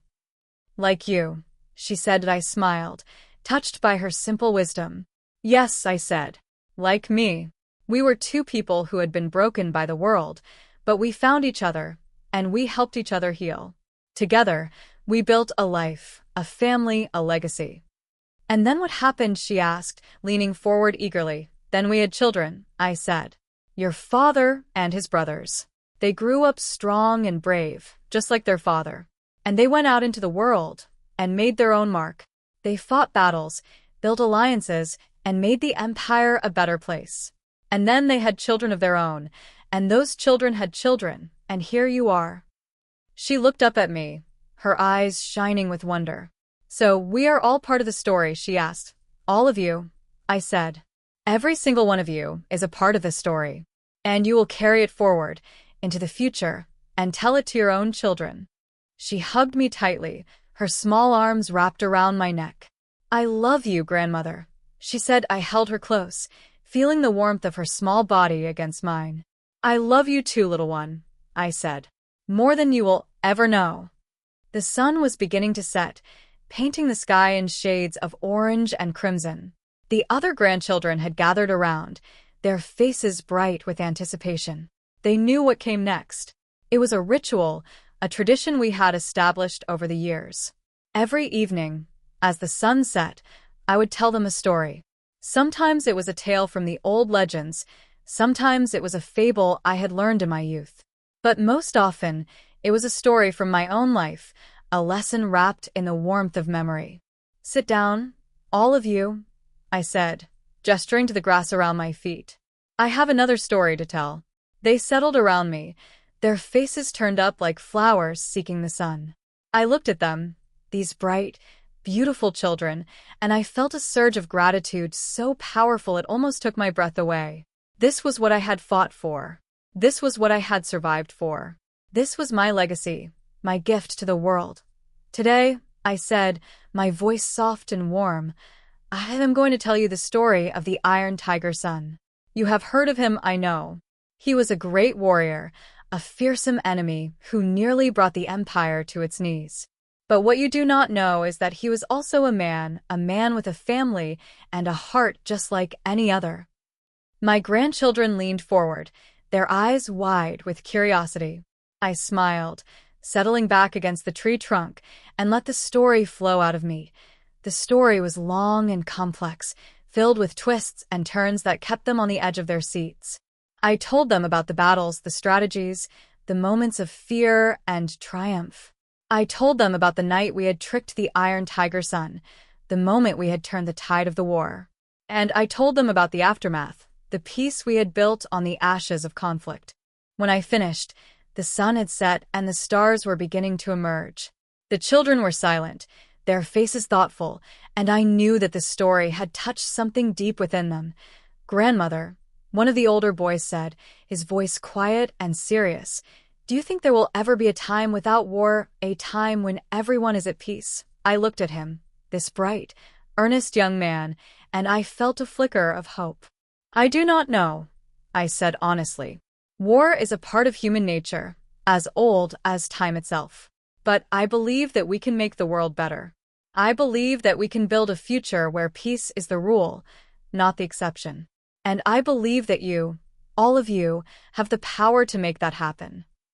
They looked at me, their faces shining with determination, and I knew that my words had taken root. They would grow up to be the leaders of tomorrow, the ones who would carry my legacy forward. I heard footsteps behind me, slow and measured, and I knew without turning who it was. Pei Yuan had come to find me, as he always did at this hour. "I thought I would find you here," he said, his voice warm with affection. "You always did love the garden at sunset." I looked up at him, this man who had been my partner for so many years. His face was lined with age, his hair white as snow, but his eyes were still sharp, still bright with the same fire that had first caught my attention all those years ago. "The children wanted a story," I said, smiling. He lowered himself onto the bench beside me, his movements slow but steady. "I heard you telling the tale of the Iron Tiger Son. You tell it well." "I have had many years to practice," I said. He reached over and took my hand, his fingers warm and familiar. "How are you feeling?" he asked, his voice soft with concern, and I squeezed his hand gently. "I am content," I said. "I am happy. I have everything I ever wanted and more." He smiled, a slow, genuine smile that made my heart flutter, just as it had all those years ago. "I am glad," he said. "I am glad we found each other." We sat together in the silence, watching the stars emerge one by one in the darkening sky. The children had wandered off, their laughter fading into the distance. It was just the two of us, as it had been so many times before. "I've been thinking," I said quietly, "about what comes next, about what happens when I am gone." He turned to look at me, his eyes filled with a deep, steady love. "Do not speak of such things," he said. "You are still here, still with me. That is all that matters." I shook my head. "I have lived a long life, Pei Yuan, longer than I ever expected. And I am at peace with what comes next. But I want to make sure that you are too."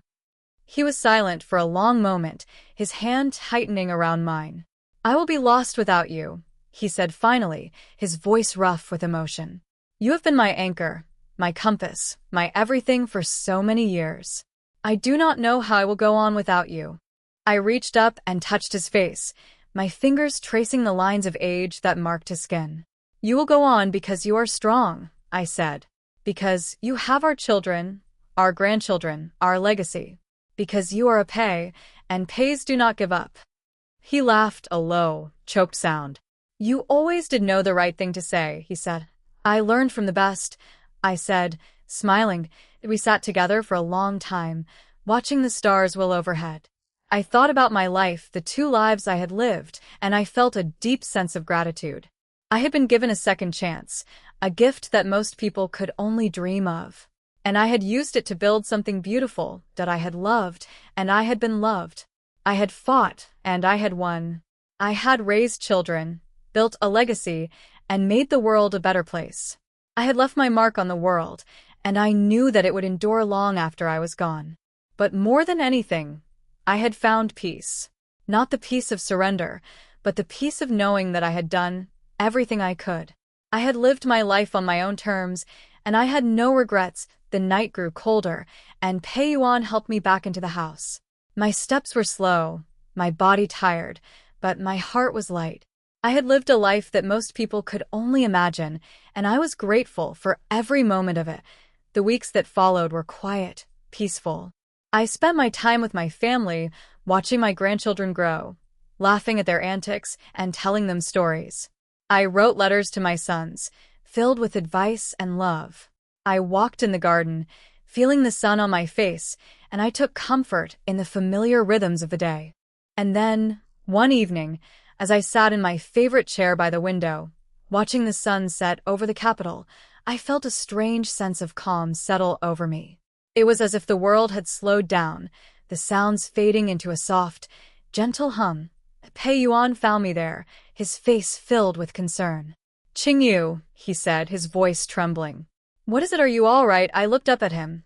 This man who had been my partner, my friend, my love for so many years. "I am all right," I said, my voice soft and steady. "I am more than all right. I am happy."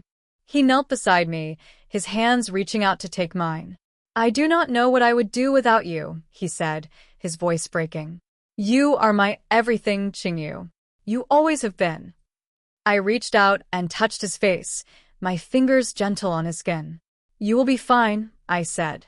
"You're strong, Pei-yuan, stronger than you know. You have our children, our grandchildren, our legacy. You will carry it forward, and you will be fine." He shook his head, tears streaming down his face. "I cannot imagine a world without you," he said. I smiled, a warm, peaceful smile. "You do not have to imagine it," I said, "because I will always be with you, in your heart, in your memories, in the lives of our children and grandchildren. I will never truly leave you." He leaned forward and pressed his forehead against mine, his tears falling onto my cheeks. "I love you," he whispered. "I have loved you from the moment I met you." "I know," I said.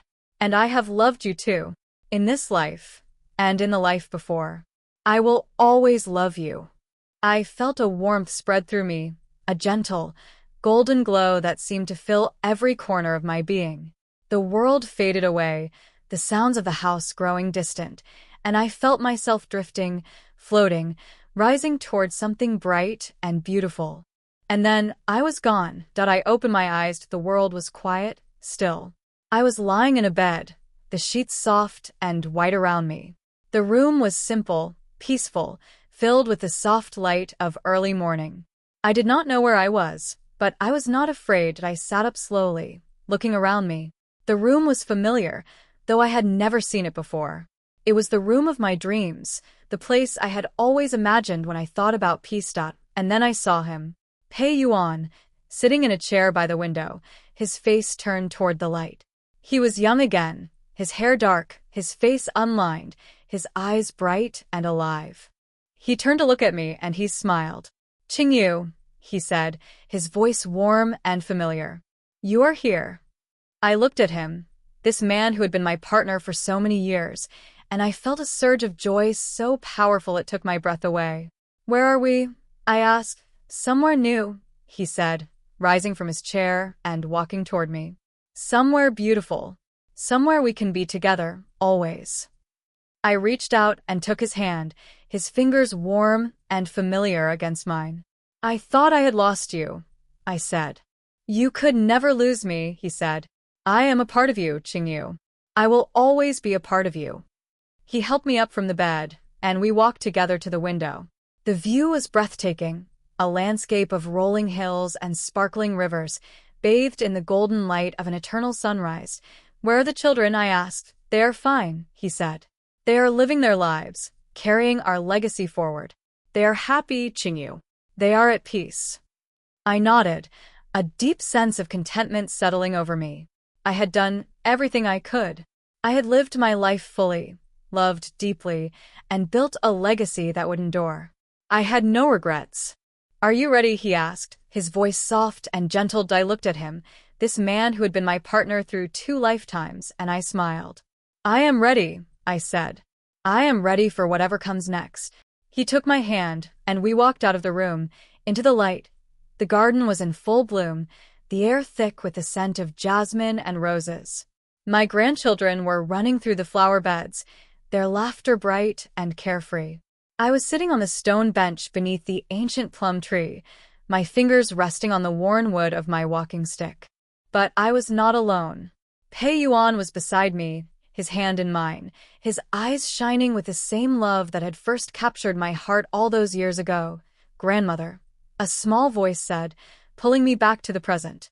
I looked down to see my youngest granddaughter, her face bright with curiosity. "You were smiling," she said. "What were you thinking about?" I looked at her, this bright, beautiful child, and I felt a surge of love so powerful it took my breath away. "I was thinking about love," I said, "and about how it never really ends. It just changes form, passes from one generation to the next, and endures forever." She tilted her head, her eyes wide with wonder. "Like the stories?" she asked. "Yes," I said, smiling. "Like the stories. They live on, long after we are gone, and they remind us of what is truly important. Love, courage, hope, and the knowledge that we are never truly alone." She hugged me tightly, her small arms wrapped around my neck. "I love you, grandmother," she said. I held her close, feeling the warmth of her small body against mine. "I love you too, little one," I said. "More than you will ever know." I looked up at the sky, the clouds drifting lazily overhead, and I felt a deep sense of peace settle over me. I had lived 2 lives, loved deeply, and built a legacy that would endure for generations. I had faced the darkness and emerged into the light. And I had done it all with the man I loved by my side. This was my story. The story of a girl who had been given a second chance and had used it to build something beautiful. The story of a woman who had refused to be silenced, who had fought for her place in the world, and who had found love in the most unexpected of places. And it was not over. It would never be over. Because love, true love, never dies. It passes from one generation to the next, from one story to the next, and it endures forever. I smiled, a warm, peaceful smile, and I settled back against the tree trunk, ready to tell another story. The sun was beginning to set, the sky painted in shades of gold and crimson. The garden was full of life, full of love, full of hope. And I was exactly where I was meant to be.